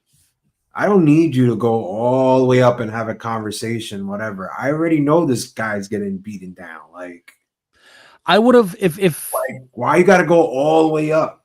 It's like so. Here's the thing: if it were up to me, I would have waited for them to have their backs turned, right, as if they were starting to walk up the aisle, and then have Kenny having the holy hell beat out of them. And I'm okay with them getting to the top of the in the scenario that I had in my head. I'm okay with them getting to the top of the ramp and then looking up at the Tron and seeing Kenny getting just obliterated, and then looking at Don and Don trying to get him to just be like, no, let's go spend the money, blah blah blah blah, blah. You know, and then them just looking at each other and just being like, yeah, fuck you, and then running back down to the ring. Like, I do agree with you that all that looking back from the moment they stepped out of the ring and the beatdown started, right, till they got halfway up that ramp, that was because now you're telegraphing too much for and you can't give excuse for either or, because I believe Nick saw it, but not Matt, and then Matt saw it. So it's like you guys both saw it at different seconds of time, and y'all weren't even halfway up the ramp. Right.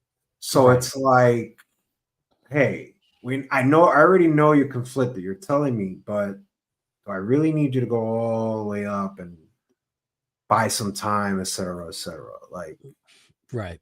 I also felt like it hurt it too. Yeah, no, absolutely. I am in agreement with you with it kind of hurting the segment. I'm also in agreement with the solid 7. That's good. Yeah. Shamika's bringing us right back a little bit to the Fletcher Briscoe match, when she said it's like they're trying to push the limits, but it doesn't make it fun to watch, just makes me want to turn it off. And I completely understand what she's saying, because her wanting to turn it off was me not breathing until that screwdriver was out of the picture. You know, like, it just, and whose idea was that? There's smarter ways to push the limits, man. Whose idea was that? Who came up with that one? I want to know. I don't care who came up with it. Who fucking approved it? Oh, Tony, he lets everybody do whatever. Like, see, and that's for me, that is why he will never win Booker of the Year in my eyes, because as the booker, one of your main jobs is to protect the wrestlers from themselves. You know, and until you can consistently show me that that's what you're doing, I can't in full confidence say that yes, you are the best booker. You know, we're heading into the stretch right now. Last 2 matches, which I think that they were perfectly fine in the way that they set this up. They didn't have like the women's World Championship match in the beginning of the night and then close it out with the men's. This was done correctly, the way I think it should always be done: women's, then the men's. And for the Women's World Championship, we have Stack versus Mercedes. And I would have been happy with whoever won. I am a fan of Mercedes. I am also a huge fan of Statlander. And you have Chris Statlander going over Mercedes Moné to not only retain her women's championship, but to also be the first person to give Mercedes an L in AEW. And I got to tell you, I am okay with that, because how are you going to have somebody who has never lost lose to somebody who is not the champion? I think she lost to Toni Storm, though. Did she? Yeah, she did. All In. July, All In. Oh. That's when Tony kissed her, and that was it. So they messed up on their own product. So if you remember Blood and Guts, that's when Moné kissed her. That was right. Okay, because that I didn't understand that, but now that you bring it back, I get it. That's why she kissed her. Yeah. Okay, so that makes so much more sense. It was her second loss. Okay. Man, they kept saying, the commentary booth all night kept saying it was her first major loss in AEW. Huh. Yeah. They're really smart, those guys. Yeah, that's we might want to look into that. I give that one a solid. I give that one a solid 8. That's a solid 8. It was a good, solid, hard hitting match. I can't really think of any weak spots in that match. No, this was match of the night for me. So this was an easy 9 for me. Yeah. Mercedes Moné, Woman Wrestler of the Year for me, man.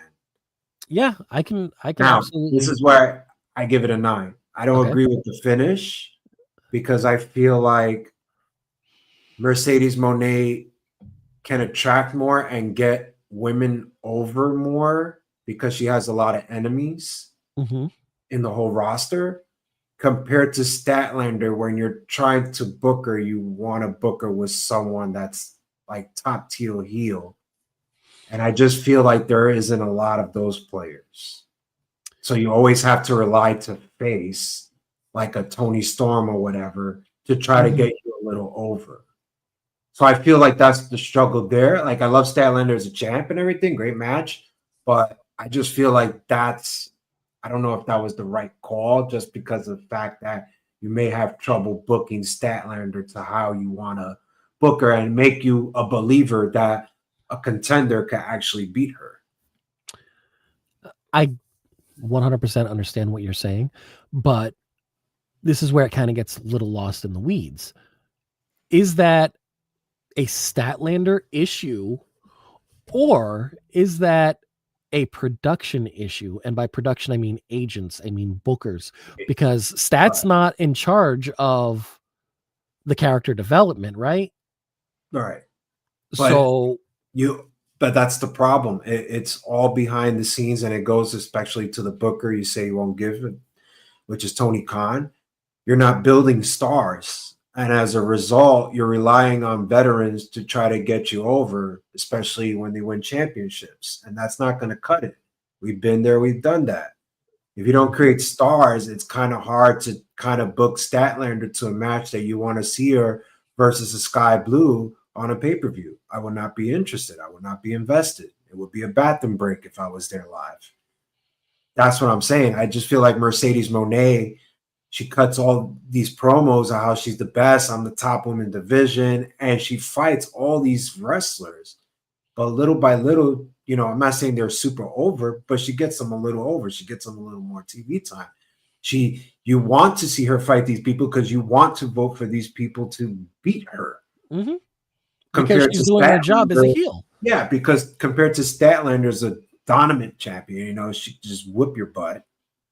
But who can I believe that's going to step up and try to take that title, even have a chance? I just think it's a little difficult on the booking side because of the fact that they didn't create stars. So I can tell you that we saw 2 of the people that I could believe take the title off of Statlander. Right. My question is, are they ready to be put in that position? One is Megan Bayne, and the other is Marina Shafir. Okay.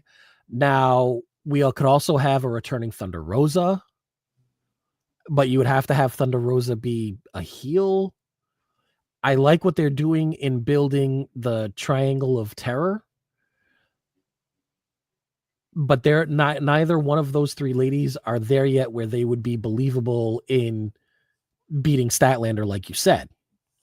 Right, but you would believe, which we saw in the past, you would believe a Julia Hart versus a Mercedes Moné. Absolutely. Yeah.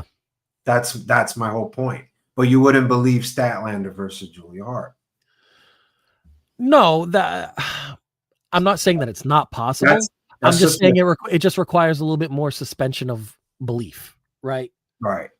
Whereas if you have like Megan Bayne versus Chris Statlander and Megan Bayne goes over, you can very easily see that because Megan Bayne's a fucking workhorse and a powerhouse. She had the opportunity, but the thing is, they just ran something different. And if you don't put these people, like you say, Megan Bayne and Marina Shafir, if you don't put them in those spots, I'm not saying to beat the champion. I'm not saying that. But if you don't put them in a spot to know what we have, it's like, what are we doing?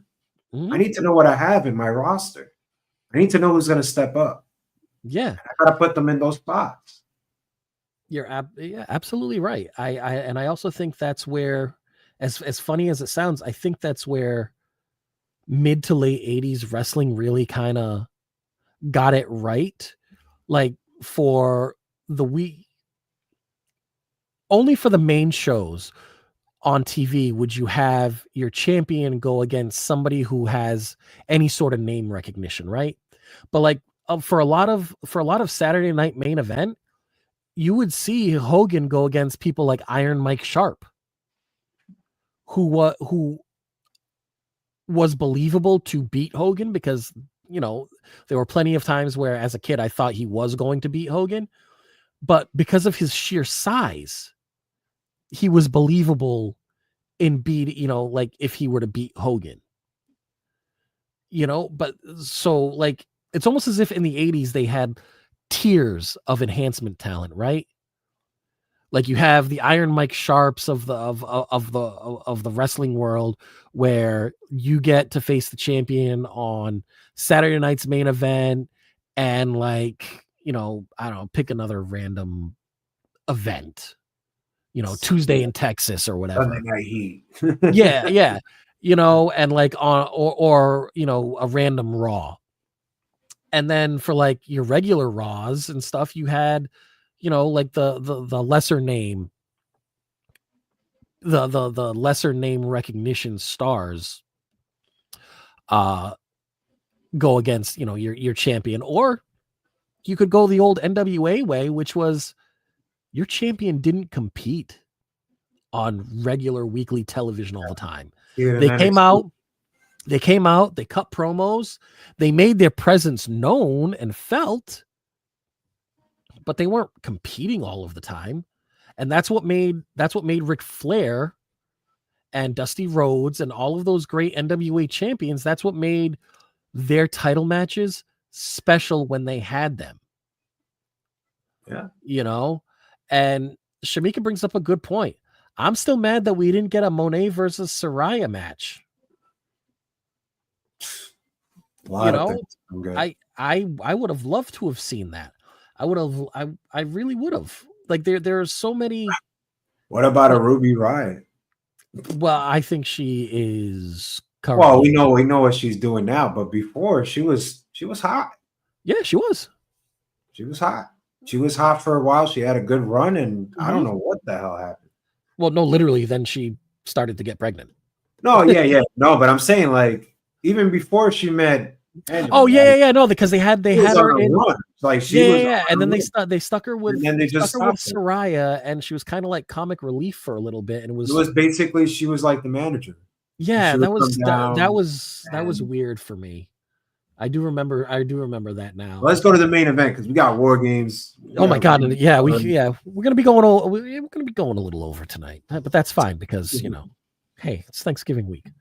So the main event, we have in a steel cage match, Hangman Adam Page versus Samoa Joe. I gotta tell you, this match did not go at all the way that I thought it was going. How do you see it? I did not see Joe beating Page. Shocker, right? Yes. A pleasant surprise. Not to say that I don't like surprise Page. Yeah. You know, I am, if you gave me a choice between who am I a bigger fan of, Hangman Adam Page or Samoa Joe, it's Samoa Joe. You know, and again, that's not a knock on Hangman Adam Page at all. I don't mean it to be. And worst turn to go heel of the year has to go to Hook. Right. Dude, like, why are you smiling at the camera? Shut up. Dude. What are you, like 12? Oh, I don't know what he's gonna do now. I was looking at it. I was like, why the hell is he coming out in a fucking orange leather Averex jacket? I'm like, that makes no sense. And then I was like, oh well, it's orange, so it's Hook, it's Hook and Taz's colors. And then he takes the jacket off, and I'm like, I was a fucking idiot. I should have known that. I should have known that was what was gonna happen. Dude. And he's like, basically, the cameraman's not even moving the camera away. I'm like, dude, you gotta move the camera away. You're giving it away, man. He's just staring right at him at the frame shot. I'm like, oh, I don't know what he's gonna do now. Oh, he picked up the title. Oh, I wonder what's gonna happen now. It was like the worst turn for me, man. I just thought that was so badly recorded. Everything it went down. Listen, I think that just everybody was just tired at that point, cameramen included, because like, woof. But I agree with you. That was probably. I don't want to say it was the worst heel turn. It was definitely the worst reveal. Yeah, but it has to. It's just like Hook. Like, dude, don't need to smile. Dominic Mysterio didn't smile when he turned heel on his dad. No, why are you doing it? And that was it. Why are you doing it? I don't know if he was trying to do like that bad boy like smirk. Like, you should have already. Yeah, it's like, yeah. You know. Shamika is on fire tonight. Shamika is on fire tonight. He's a 12-year-old that doesn't comb his hair. It's like 12 years old. Like, yo, dude, your dad's a legend. I don't know how you not learn these things. So here's the thing. I think he's got too much of a baby face, right? He needs to like sully it up. I don't know if he like grow some. I don't know if he. Some people can't grow facial hair. I don't know if he's one of those that can't grow facial hair. If he can grow facial hair, bro, grow the facial hair. Give yourself a little bit more of an edge. Yeah, shave the head down. Go like Kyle Fletcher. Shave your freaking hair off. You know, like do it exactly the way he did it with that psycho. Like, did you see him ouch his head when he did it? Like he made himself bleed. He fucking. I was like, Guy can't even cut his own hair. That's not like I would have had Don Callis do it at that point. Like, just ugh. So yeah, I give that that match was if we had to rank matches of the night, I would definitely go women's one, that one too. And probably the opening match, which is Pac versus Darby Allin 3. Those would be my 3 match of the night contenders right there. Yeah. And I give that one a solid 8. Yeah. But then we factor in what happens post match. Fucking 10, baby. Yeah. 10.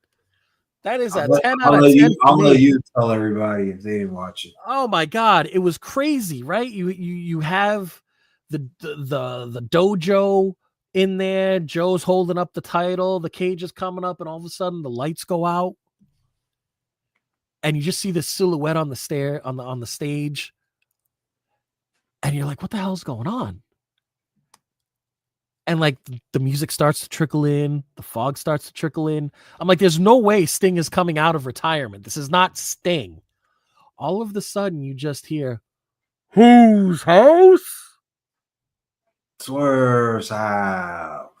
And it's Prince Nana on the stage.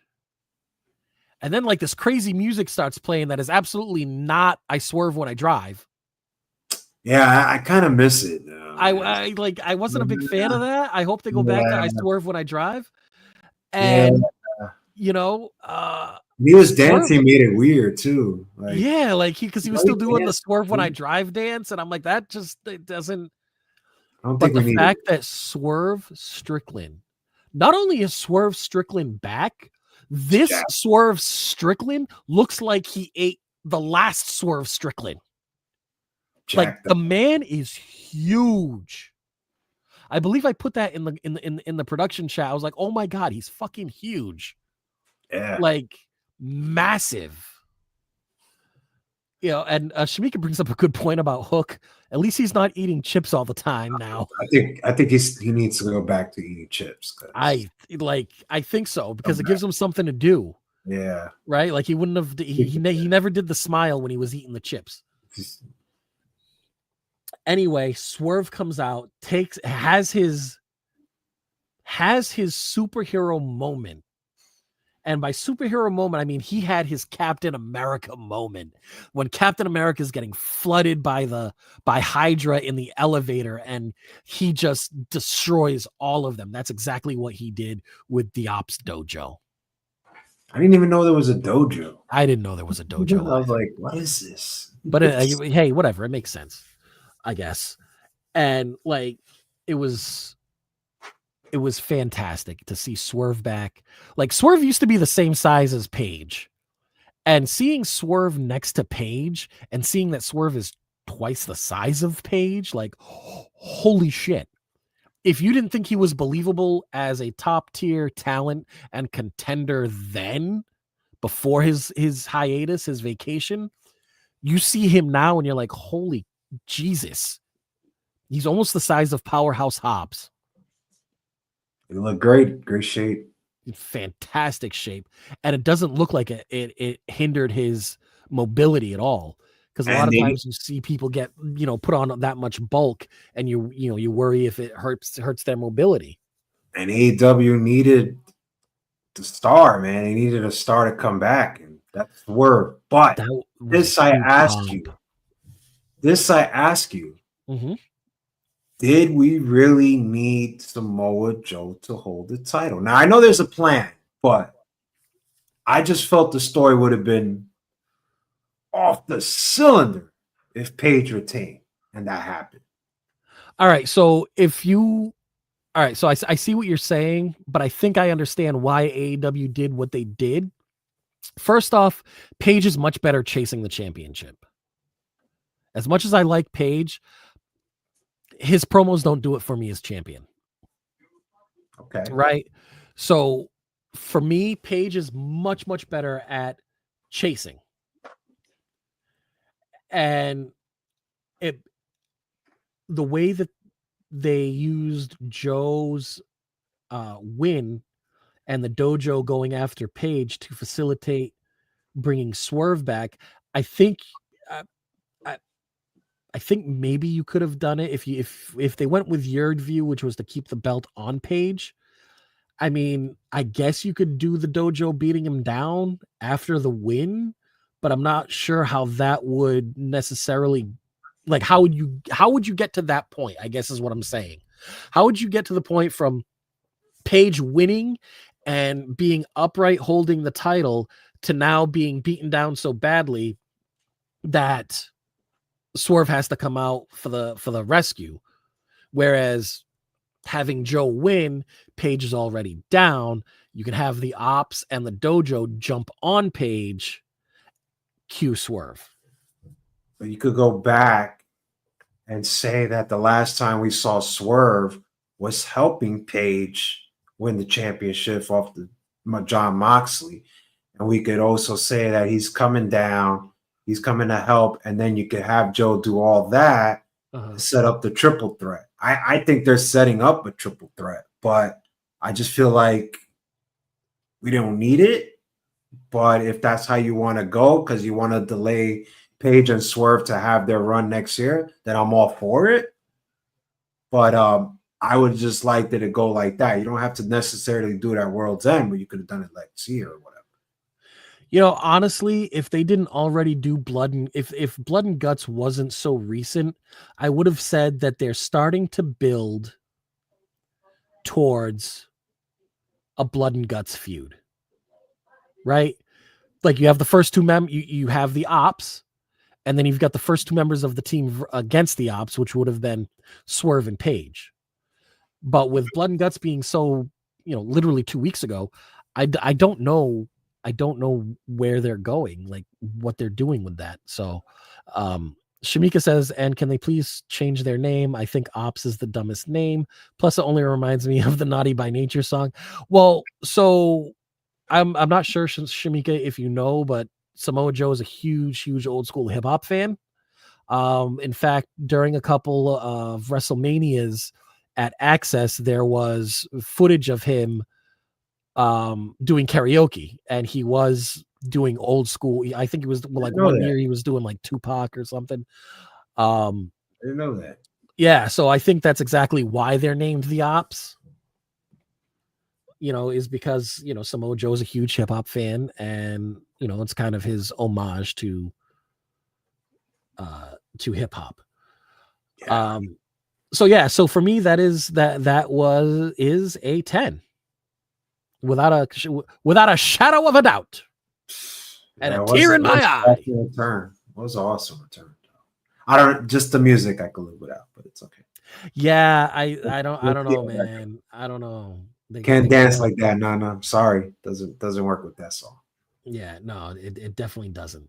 All right, so today is Tuesday, so let's get into the Raw results and highlights.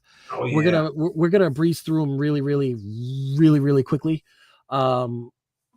Biggest note for me, biggest takeaway from last night was that Gunther defeated Carmelo Hayes in the quarterfinal match of the Last Great Time Is Now match. tournament, which we know because we know that Gunther is going to be the one to face John Cena, and Great ultimately match. go over. I don't think Gunther needs it. I think that should have this spot should belong to Carmelo Hayes or any of the other NXT talent that had joined, based on how John Cena presented the Last Time Is Now tournament, wanting to put over and showcase the younger up and coming talent. I definitely think that Carmelo Hayes could benefit from being the one that beat John Cena and retired him. However, like you said, that was a fantastic match. And the fact that Melo looked good in his last match as well on SmackDown, I think that even though he took the loss, I think now fans know who he is. And I think that's the most important thing that he walked out with. And now people are going to start paying attention to Melo a little more. I hope so. And I hope that creative takes this and runs with it. They have to. You know, I did like the fact that Tess and Wade were very much like, you know, Carmelo Hayes fighting to, you know, Boston area native, which he is. He's from Providence, Rhode Island, which is literally 50 minutes south of Boston. So Boston area native, Carmelo Hayes, you know, he could fulfill his dream of, you know, getting in the ring against, you know, the man he idolized as a kid, John Cena, and you could have two Boston area natives. And, you know, I thought the way that they helped further along that storytelling was great. It actually started to make me believe, like, oh shit, maybe they're changing plans. Maybe Gunther isn't going to win because they were pushing it so hard. You know what I'm saying? So I wasn't, but at the end of the day, I wasn't surprised that Gunther won. I am surprised, and I'm pleasantly surprised at how much they let Carmelo go over. And again, like you said, I can only hope that they take it and run with it. Because I mean, Carmelo was the man in NXT. Yeah, get him off the Miz. Oh shit! Oh, Jay. So first off, the MVP of the night goes to Shamika because she has just been in it and on it, right? She says, "Yeah, I believe, you know, Gunther is not the right choice," right? The next comment, Jay, you're going to appreciate. You can read it. I would like to see Javon Evans. I've been saying this for the longest. I just don't know, Shamika, what they do with this kid. It's like every chance they get to bury him, they just do it. I know Ray may not agree with me, but he doesn't like that word that I use. But I think I could give him. Listen, I'm going to give you the prime example. Here's the prime example. This is for everybody. Me and Ray were talking right here in a conference room. All of a sudden, he tells me, "Hey, Dark State just beat Javon Evans and Leon Sayer." I was like, "You see, there's your proof." Yeah, that and I did tell you I didn't agree with that at all. I think that I felt that Slater and Evans should have gone over without a doubt. And then I started to really, I started to really listen to what you were saying, and I'm not recanting anything that I had said previously, but I am more so agreeing with you. Like, what is going on that they are okay to let this man to showcase him as much as they do, and then have him lose as much as they make him lose? I don't get it. Like, I don't you want to see what he's capable of? And okay, listen, I'm good for always good. I am always good for I'm a sucker for a good underdog story. Let's say he's coming up to the main roster at the Rumble. Okay. That's like 10, 12 freaking weeks away. I'm pretty sure my man can hold the NXT tag title and lose it within 10 and 12 weeks, for God's sakes. I mean, what are we doing? this is why I get so upset. I don't know what they're doing with this guy. I would have liked to have seen going with how you just presented him. I would have liked to have seen him hold the NXT tag titles. Maybe even him be the mouthpiece of the team, right? Has to be. And then he comes up, you know, because we you know about this. We always have surprise entrants for the Royal Rumble, right? He comes up, he's a surprise entrant for the Royal Rumble. I would have liked to have seen Ilya in the ring for the Royal Rumble, and Ilya be the one to eliminate him after a good back and forth series. And then that following SmackDown, because Ilya's still the U.S. champion, having his U.S. Open challenge, Javon Evans, the first SmackDown after the Rumble, comes out. They have a fucking banger, because you know they would. Now, you could either have Javon win then, or you could put it into Backlash. You know, at Backlash, you give Javon that moment and have him beat Ilya for the Backlash is after WrestleMania. What's the one that comes between Rumble and Mania? I want to say Roadblock. Elimination Chamber, that's what it was. Give him the moment at Elimination Chamber and then have the rematch at WrestleMania. They both get their WrestleMania moment, and I would like to see Javon retain at Mania.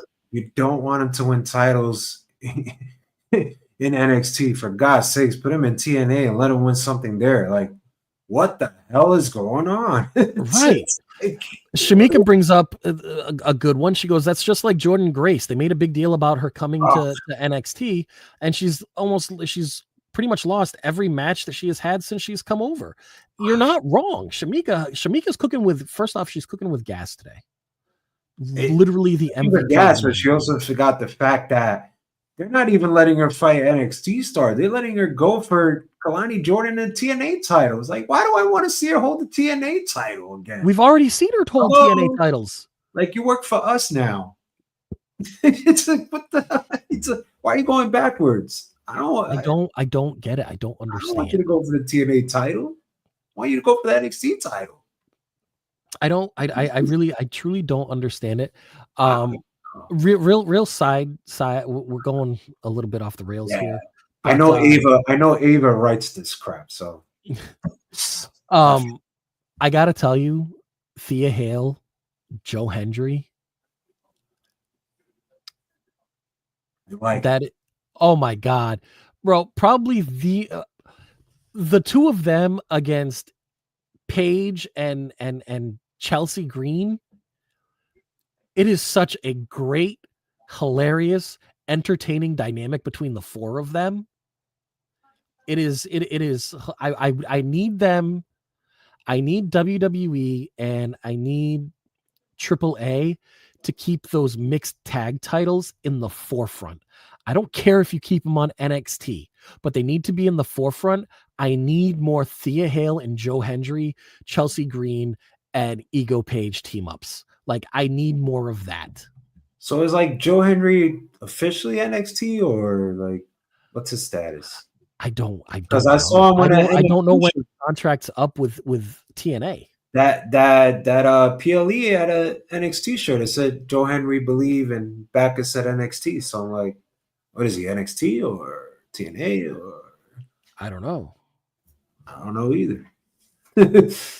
Shamika, I don't disagree with this. I thought everything that she has done since Chase U has been fire. Everything that Thea Hale has done ever since they showcased her with the Chase U storyline has been amazing. And you're right, she is another one that should have had a belt by now. Gosh, Chase U, rest in peace, Chase U. So good. I thought it was. And you know what the funny thing is? I thought it was the dumbest thing when it first came out. It was so bad, but then it got so good. It was like, oh my! And you know who made it good? Thea was playing a part. No, yeah, she played a huge part, but it was the Australian dude. Dude Cutson. Yes, thank you. I couldn't think of his name for the life of me just now. Yeah, you know why I remember him? Because when he first came, his gimmick was he was a poker player. and they showed all those vignettes in the back, like how he's sitting in the table with poker. He's like, "Oh, my time is coming now." Mm-hmm. I can relate because I play poker, so I was like, "Oh yeah, man." Oh, gotcha. The guy from the poker guy. This dude Hudson. Gotcha. Yeah. No, Not a lot of people remember that. ever since they whenever they started incorporating him more, because like I didn't know how that was gonna go. Was he gonna try to chase you away from Andre Chase? Like, yeah, I always felt they dropped the ball. Like I thought it was gonna be a double cross, and then like they should have done it.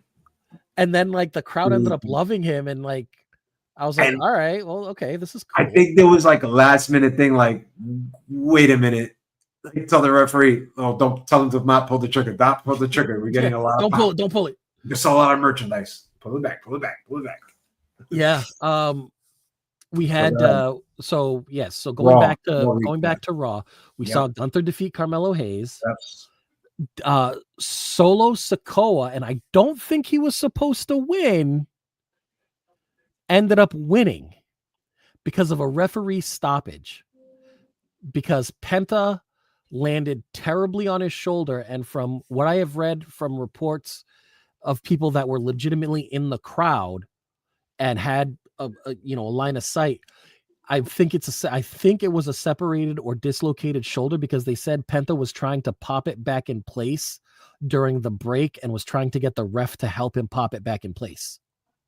Yeah, I mean, I was concerned like you, man. I'm like a big Penta fan, and it was a dislocated shoulder. Dave Meltzer said earlier today that it was actually Solo was going to go over regardless. Oh, he was. Yeah, which surprises me because I was like, wow, Gunther versus Solo. But that was the plan. But damn, man, losing Penta with that. They just reunited the Lucha Bros, dog. Yeah, and they just reunited, and it's a big loss from Monday Night Raw, I think.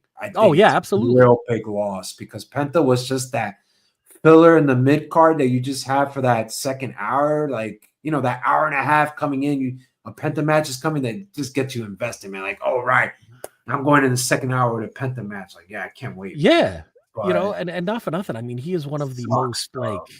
The way he landed, though, was like, yeah, I saw it backwards like many times. It's like, oh, man, it was so bad, bro. I saw him land, and I was like, oh, that's kind of a funny landing. And then I saw him, and then I saw him like bang his hand on the mat, on the pad, and he because obviously, when you hurt something, you know that you hurt it. The first one to know. You know what got to me, Ray? And everybody, when he was calling for the ref himself. When I guess it was, I don't know if it was a break or whatever, but then you see the referee holding Penta, and they're like, yeah, Solo's the winner, and you just see Penta like banging like the damn barricade, like, damn, yeah. I can't believe this. And that's when I knew. I was like, oh man, this is it was coming out of a break. The ref had slid in under the bottom rope. You see him shut off his communicator, and then he's like, ring it, stop it. And he just banged, and I felt him, man. I was like, oh man, bro, this guy is so pissed off. And right, because if you've watched wrestling for longer than 6 months, you know that if it was a kayfabe injury, the camera stays on them.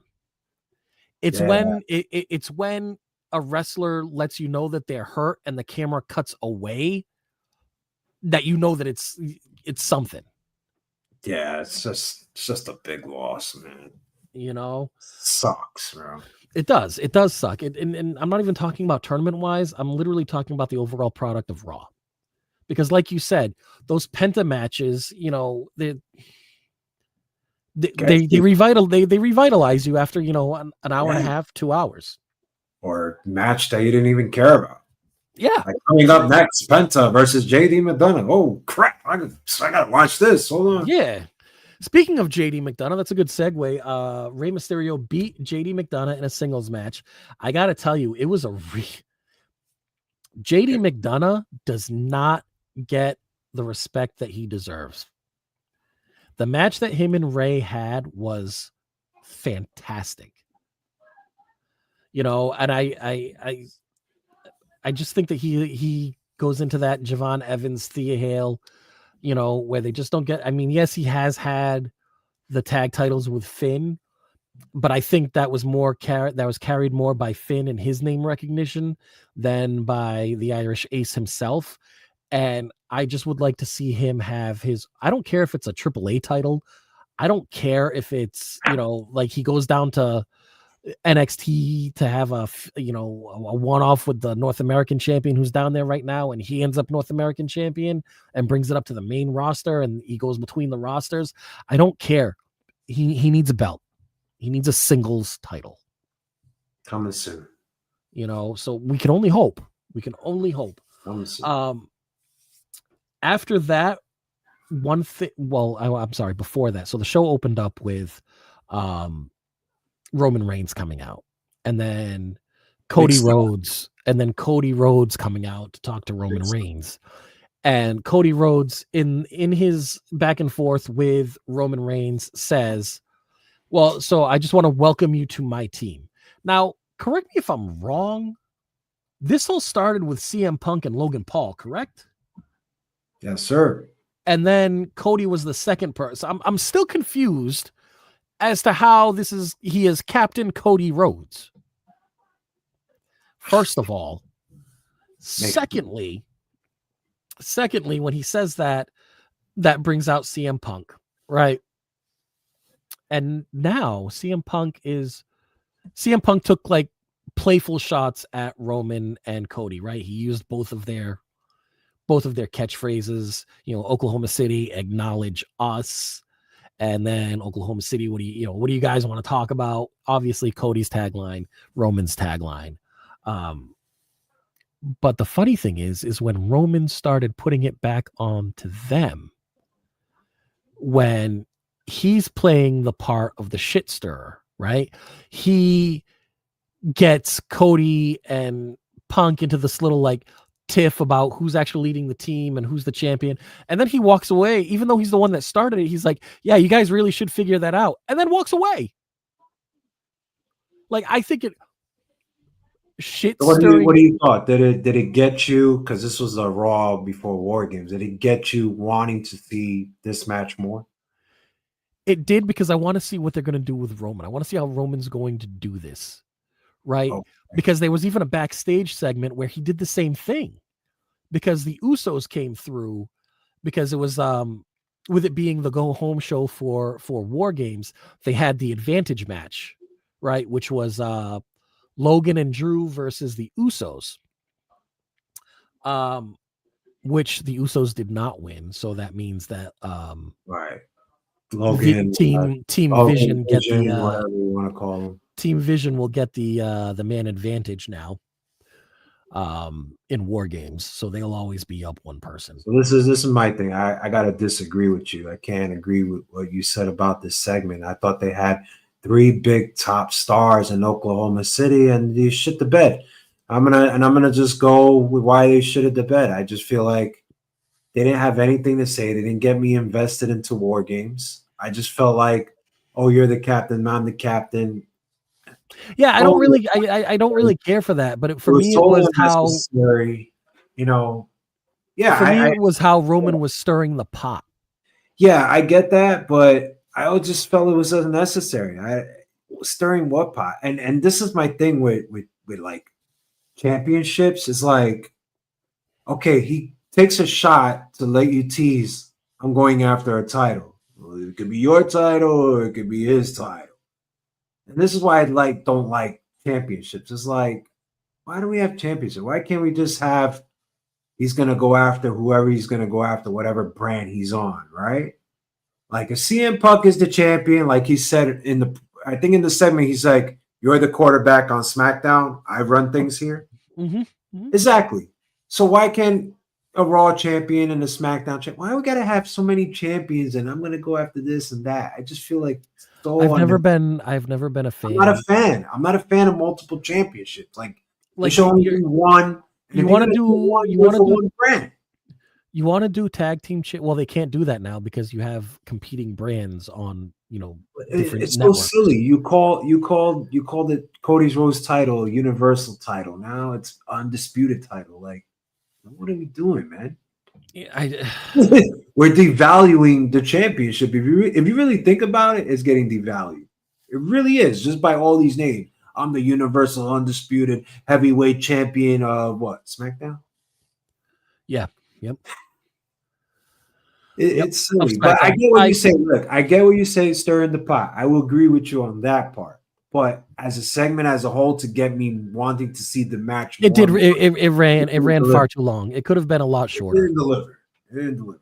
I feel like if they had shortened that segment and still gotten everything in it. And David brings up a good point of what we just talked about. Oh yeah, no, we're gonna get there. We are going to get there. We're gonna get there. But before we get there, I think we should talk about the women's War Games match and how all those promos went down, because I thought that was pretty good. Yeah. I don't know if you agree with me. I thought no. Go ahead. I thought that the women's face-off was 100 times better than the men's. Absolutely. Like the women right now are just killing it. And guess what? It was the entrance that was making it good. And they didn't even all talk. But I gotta say this, Ray, and everybody. AJ Lee just cut one of her best promos coming back. That was the best promo I heard AJ Lee cut. I know she was resting to start, but Jesus, what a promo. When she hit her stride, you could tell when she hit her stride. Yeah, she was like, you bark, I bite. I was like, oh my God. She's just killing all these one-liners at the top woman of WWE and Becky Lynch. I was just shocked, bro. Let's not skip over Becky's. Becky's was really that good. Was not only was it good, but it was funny. I love it when heels go after each other, and she did. She broke down the entirety of the rest of her heel team. And I gotta say this because we're talking about AJ and Becky. I gotta give kudos to Wade Barrett, because when they rumbled and they were all going at it, he over the top put over Lash Legend. If anybody caught that, he was giving much props. He's been so good with to Lash Legend. Oh my God, he's picking her up like a little rag doll. What is he doing with all the power of this woman? He was selling for her so bad, and Lash has been delivering ever since she stepped foot on SmackDown with Nia Jax. I've been saying it. There's some people that are cut for the main roster in NXT, and there's some people that are not. But Lash is one of those examples. Ever since she came up, and the fact that Wade put her over, the fact that the camera was on her as she was taking Io Sky and showing her, it just tells you what WWE thinks of her for the long run. Absolutely. And you know what? Kudos to Io being as selfless as she is in allowing herself to, because could Lash do it herself by force? I think that she's strong enough and she has the size and height advantage that she could if she wanted to. But it looks so much more devastating when you have Io going along with it and like flailing her arms like she's a little child. Like it's you gotta, I know we look at certain things that we like to see, but you really have to pay attention, everybody. Like there's just little things like that you just pick up. It's like, bro. Also, one of the reasons why star right in front of your eyes. That's also one of the reasons why this new way of producing where everything's got to be a close-up, right? Right. Like that's one of those that was one of those segments where you could have just kept it on a wide hard camera, right? Yeah. So that we could have seen everything, because I didn't see it until Wade said something and he directed my focus to it. Yeah. And that's when you could have done the close-up, because at that time they were doing a close-up of Charlotte and Nia. Listen, I just felt like that whole promo segment, even Becky, they put over Lash like big time. Even before the Rumble, they were letting you know who she is and what she's about. Like, dude, that's what I like to see. That's what I talk about that AEW be lacking. Stars. That right there is building a star 101. That's where it is right there. That is the but the thing is they need to be consistent with it. And I'm talking about WWE when it comes to building a star. So like, all right, now we have Lash. We can treat the powerhouse stars, you know, we can give them that Lash legend treatment. Build them the way that they did with Lash, right? Now they have to, so they can use that as a template. Now they have to be consistent and they have to come up with a template for the Javon Evans style, you know, the aerial assassin, if you will, you know, and then you've got to come up for, you know, like the Joe Hendry style. You know what I'm saying? Like there's like now you have this one template, and it's if you stick with it, it will always work for that Lash Legend style of competitor, of athlete. But that's not the only style that you guys showcase. So you need to find a formula that's going to work when it comes to building another star that has a completely different style. Right. You know? And but other than that, that's my only gripe. And other than that, I agree with everything that you said about how they're building Lash Legend. And yes, kudos to Wade Barrett. Now this one, David says Brock Lesnar shit the bed when he stumbled during his entrance. For those of you that have not seen it, I encourage you to find it on YouTube because I know that it's there. It's everywhere. Like I equate it to the only thing funnier that I have seen is Titus O'Neil's Greatest Royal Rumble entrance where he comes running down to the ring. He slips and slides under the ring.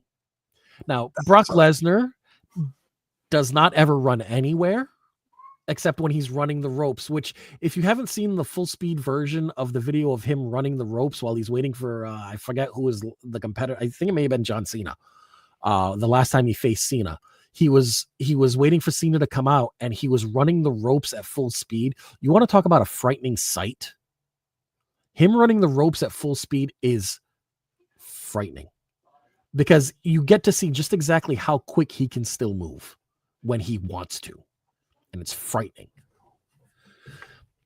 So everybody knows Brock's entrance. You know, you have the bounce, right? The bounce.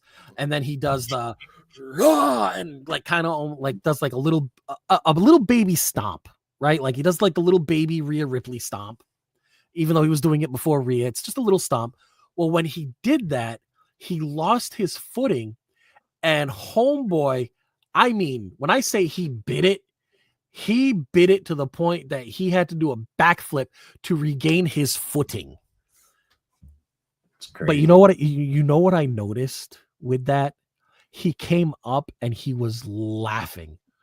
He was laughing so hard at himself, which then, you know, because like Paul's not sure how to react. Like, do I laugh because like this is genuinely funny and I want to laugh, or do I stay in character because this is Brock? And to see Brock coming up laughing hysterically, Paul's laughing. Brock laughed so hard and for so long that he was still walking to the ring laughing. And that goes to show, for me, that shows to me that he doesn't take himself as seriously as we think he does or as we take him. Yeah.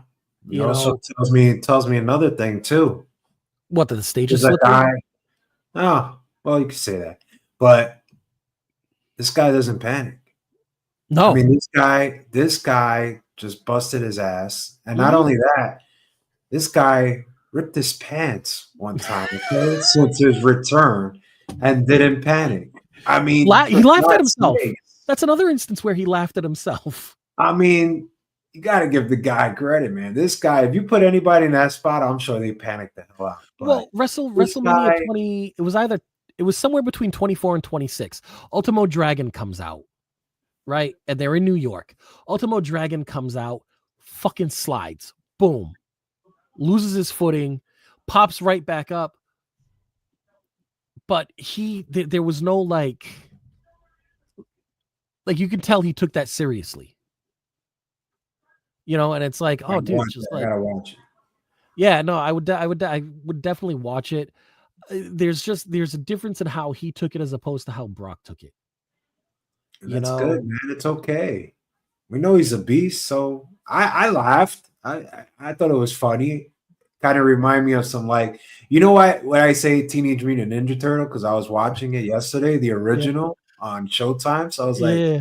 holy crap, this looks like some Teenage Mutant Ninja Turtle. Like he's trying to dodge the nunchucks or something, a sword. Like, oh, it's backflip. Like a back roll. Like, let me just roll. And the roll was so slow. It was like, can he get up? Oh, it was a yeah. I thought he struggled on the roll coming up. I was like, is he using his I hands think or I think he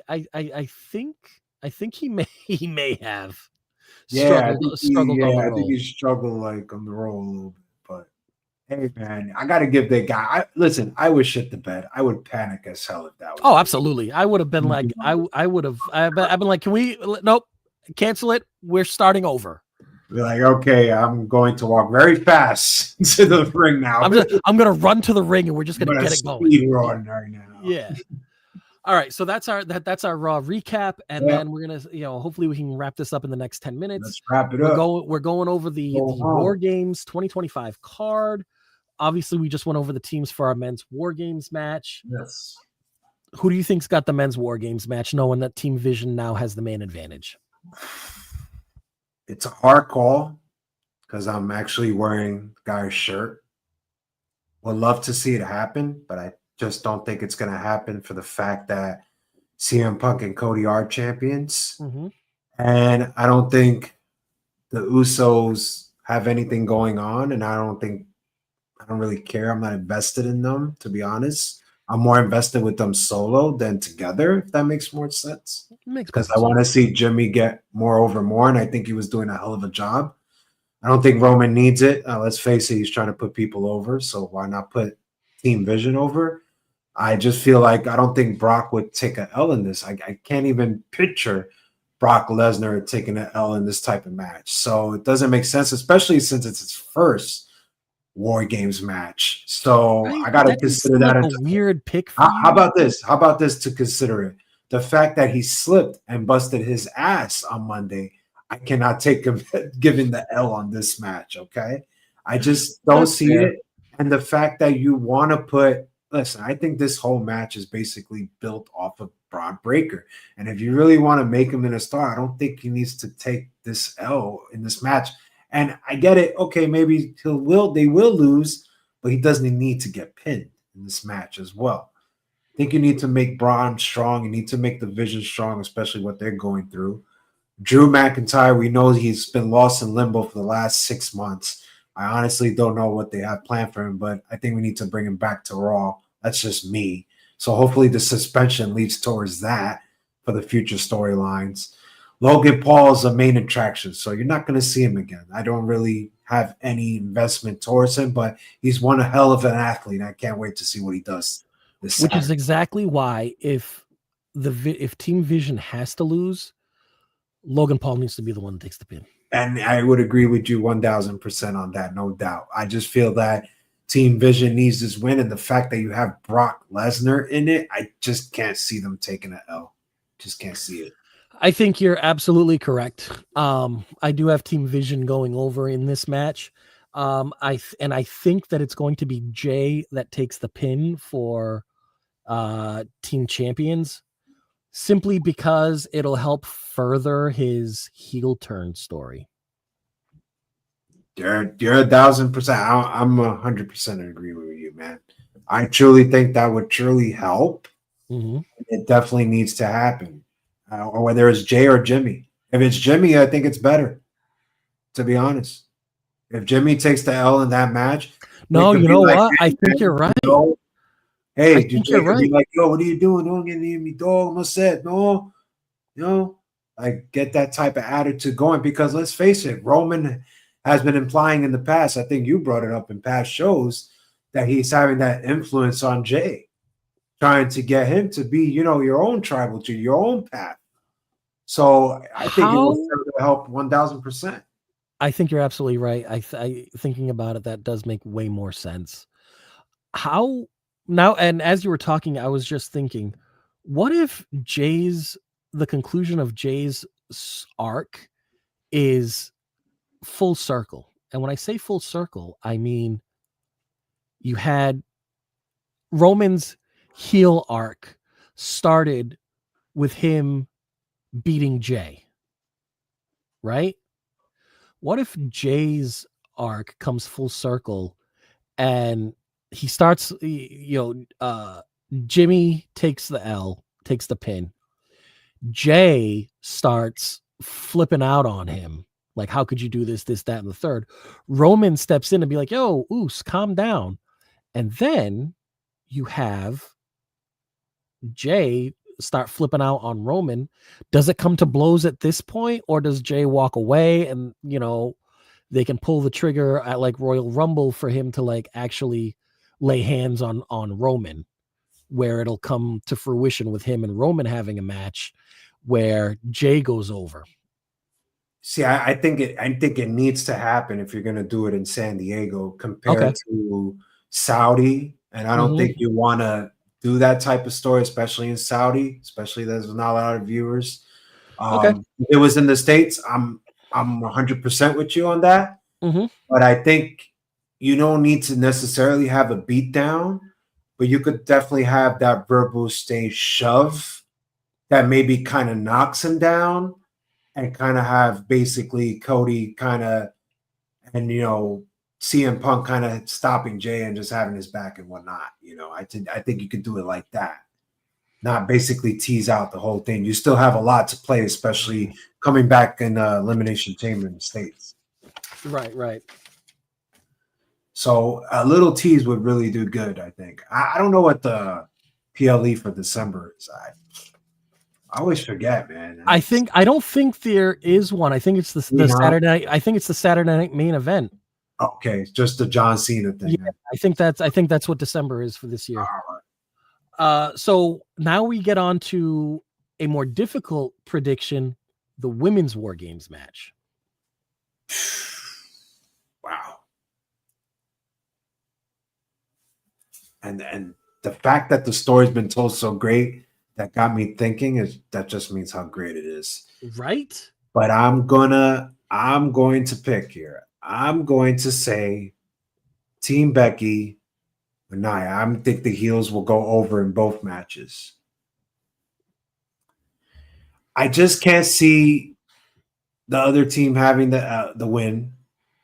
And didn't we kind of give AJ that finish off Becky and just having her tap and whatnot? Do we really have to see AJ go over again? So, and this is why I say that, because look how the promo started last night. It started AJ talking the whole night. Nobody else talked. Just AJ and Becky.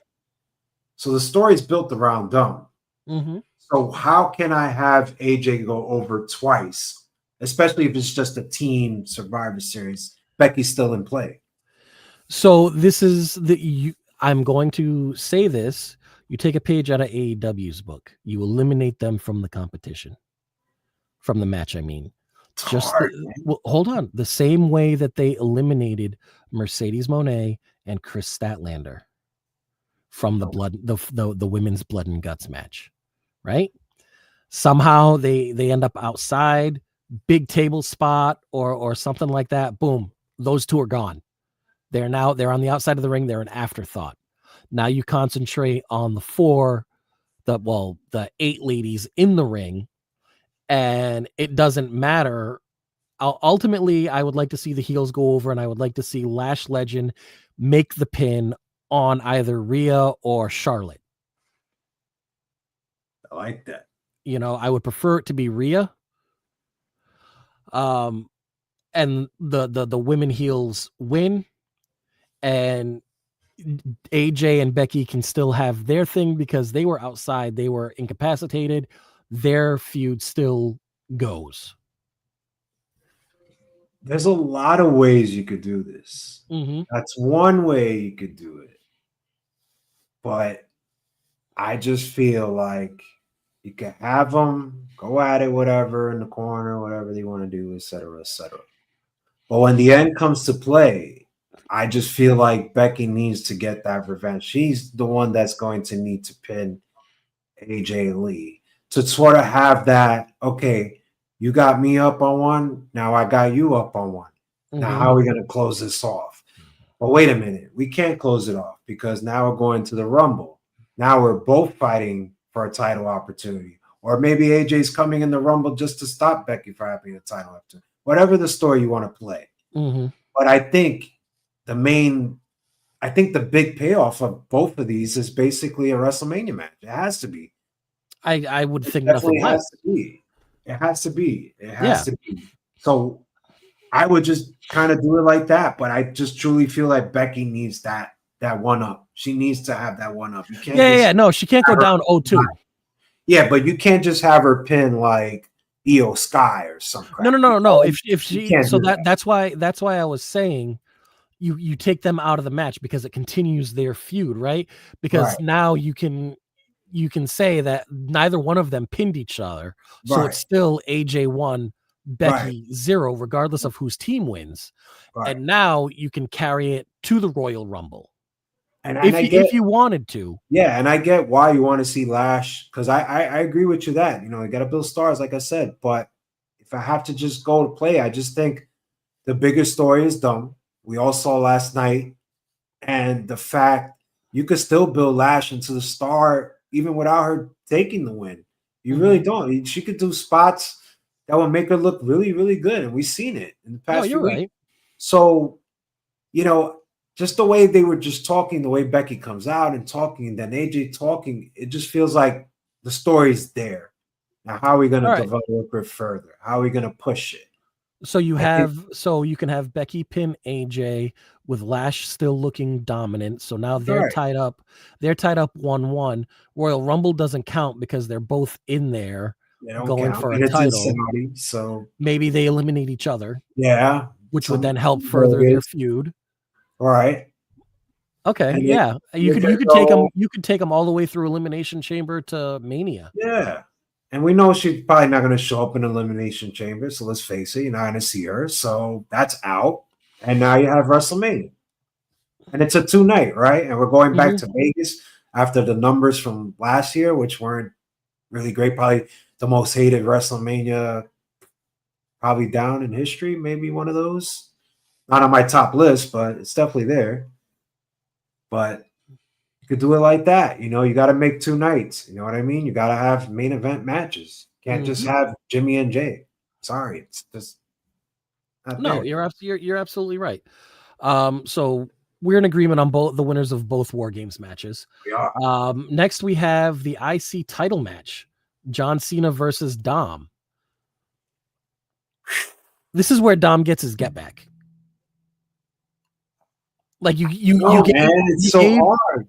You gave Cena, I understand, but you gave Cena the belt so that he has all of them now. The only wrestler to be never before seen 17 and a quadruple threat champion or whatever it's called. We can't have all the heels win though. It's just like why not? We have the 2 main matches, heels going over. Now we're gonna put another heel over. It's you know what it's sounding like? It's sounding like that NXT PLE last when all the heels just went over. Not a face went over. Listen, sometimes that's how it has to be. Sometimes that's how it has to be. Listen, Gunther doesn't need the IC title. Yeah, Gunther doesn't need the IC title, and you're not going to let John retire with it. But you can let somebody else beat Gunther, right? I mean, Javon Evans, if he's available. I mean, that would be a hell of the rematch. Bring back Chad Gable for God's sakes. Bring him back. Why? So he can wrestle with one arm? Bring him back. And then so you think Cena's going over with the title? I think Cena's going over. I think Dom regains his title. Okay, that's a good call. Either or, I'm fine with, to be honest. Either I am as well, but I think for me it makes more, for my brain it makes more sense for Dom to get his get back. And then the last match of the card, because it is only a 4-match card as of right now. Stephanie Vaquer versus Nikki Bella. I hate this. Stephanie needs to go over. Something tells me that that's probably not what's going to happen. Nikki doesn't need to be in the title picture. I don't know if she's in the title picture to lend more credibility to Vaquer's title reign, because the women's division right now on Raw is very face heavy. Right. So maybe that's why she's brought in, but she doesn't need to win it. I don't listen. I have a couple of things here to make it quick because I know we all got to go get ready for our turkey coming up Thursday. But I will say this: definitely bad booking. Definitely Raquel said it better last night in her promo with Adam Pearce when she said, "How is Nikki Bella getting a shot? She loses every match.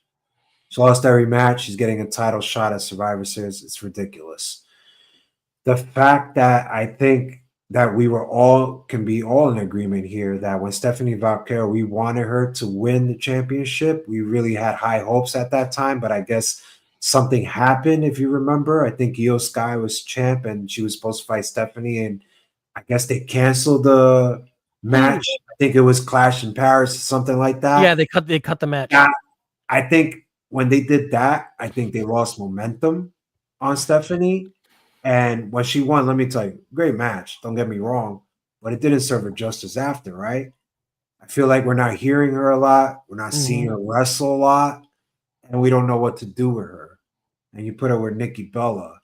When you talked about, I think in a conference we had, before, you were like, Nikki Bella, the face of women's evolution. Like, really? Like, we're going to go with that after all these years? We're going to just bring it up and we're going to talk, and Wade is going to us to our throats. I have such a huge issue with revisionist history, and like that whole Stephanie and the Bellas being the Stephanie McMahon and the Bellas being the reason the women's division got that evolution, like that rubs me the wrong way so hard, because that was AJ Lee. That was Paige and Emma. Which really started it. Melina was the one that started hashtag Give Divas a Chance, and because of it, they shit canned her 2 weeks later.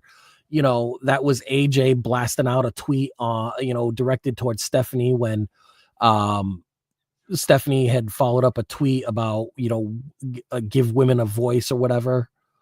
Use our voice. Like, no, the Bellas and Stephanie McMahon were not the reason for the evolution. At that time, the reason for the women's revolution was because the reason why they used those three is because everybody that I had mentioned at that time was not on WWE TV. Yeah. They had let Emma go, they had let AJ go.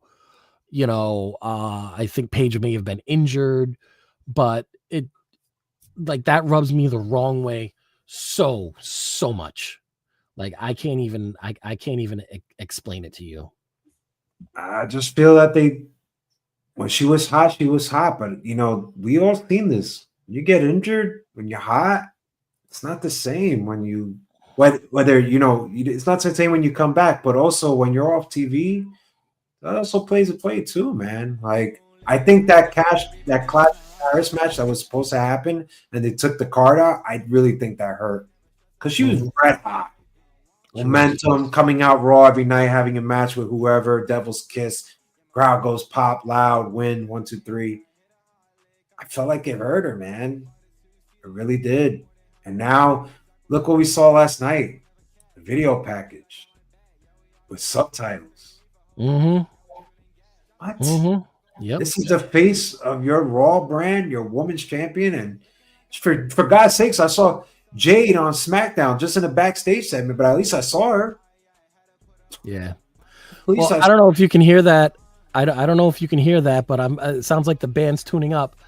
So real quick, let's give our thoughts on the show, on the week, and on the holiday coming up, and we can wrap it up and enjoy our Turkey Day. So Jay, final thoughts? My final thoughts is I hope you and everybody watching have a happy Thanksgiving. Please drive safe if you're driving. Don't drink too much, but Jay's going to drink a lot, I'll tell you that. But I will say this, thank you for everybody watching. I think we're going to have a fantastic show this Saturday, so everybody should watch War Games. Me and Ray are going to come back next week stronger than ever and earlier without any technical difficulties. We apologize. Man, let's hope. We don't know, but this is what we do. It seems like the norm, but we're going to try to change it. We're going to try to change it for the new month and everything coming up when we talk about War Games next week, but hopefully there ain't no technical difficulties. So, Ray, kudos to your family. Have a Thanksgiving, everybody. I'll let you final thoughts. Absolutely. Jay, I hope that you and your family have a great Thanksgiving.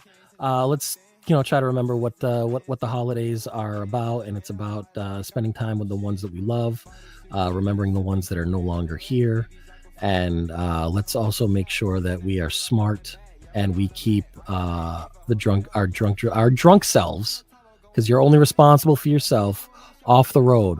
Uber, call a friend. Call a cab, call the cops, call the fire department. They have no problem helping you out. They would rather help you out and get you home safe than help you out of a wreck or have to deliver any bad news to your family. So with that being said, enjoy your Thanksgiving. Top it off with a hell of a show with War Games, and then meet us back here on next Tuesday for our follow-up to War Games. Oh, yeah.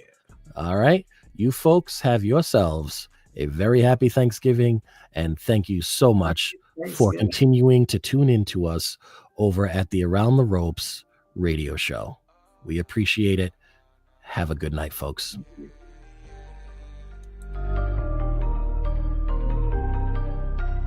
I love Jason. Ayo, Parrish, this shit high, boy. Shawty catch a vibe, yeah, I had to put her on. Bought a two-skidder, yeah, we heading for the sun. Shawty got my high, I ain't tripping for the funds. Yeah, I won't start, I ain't tripping.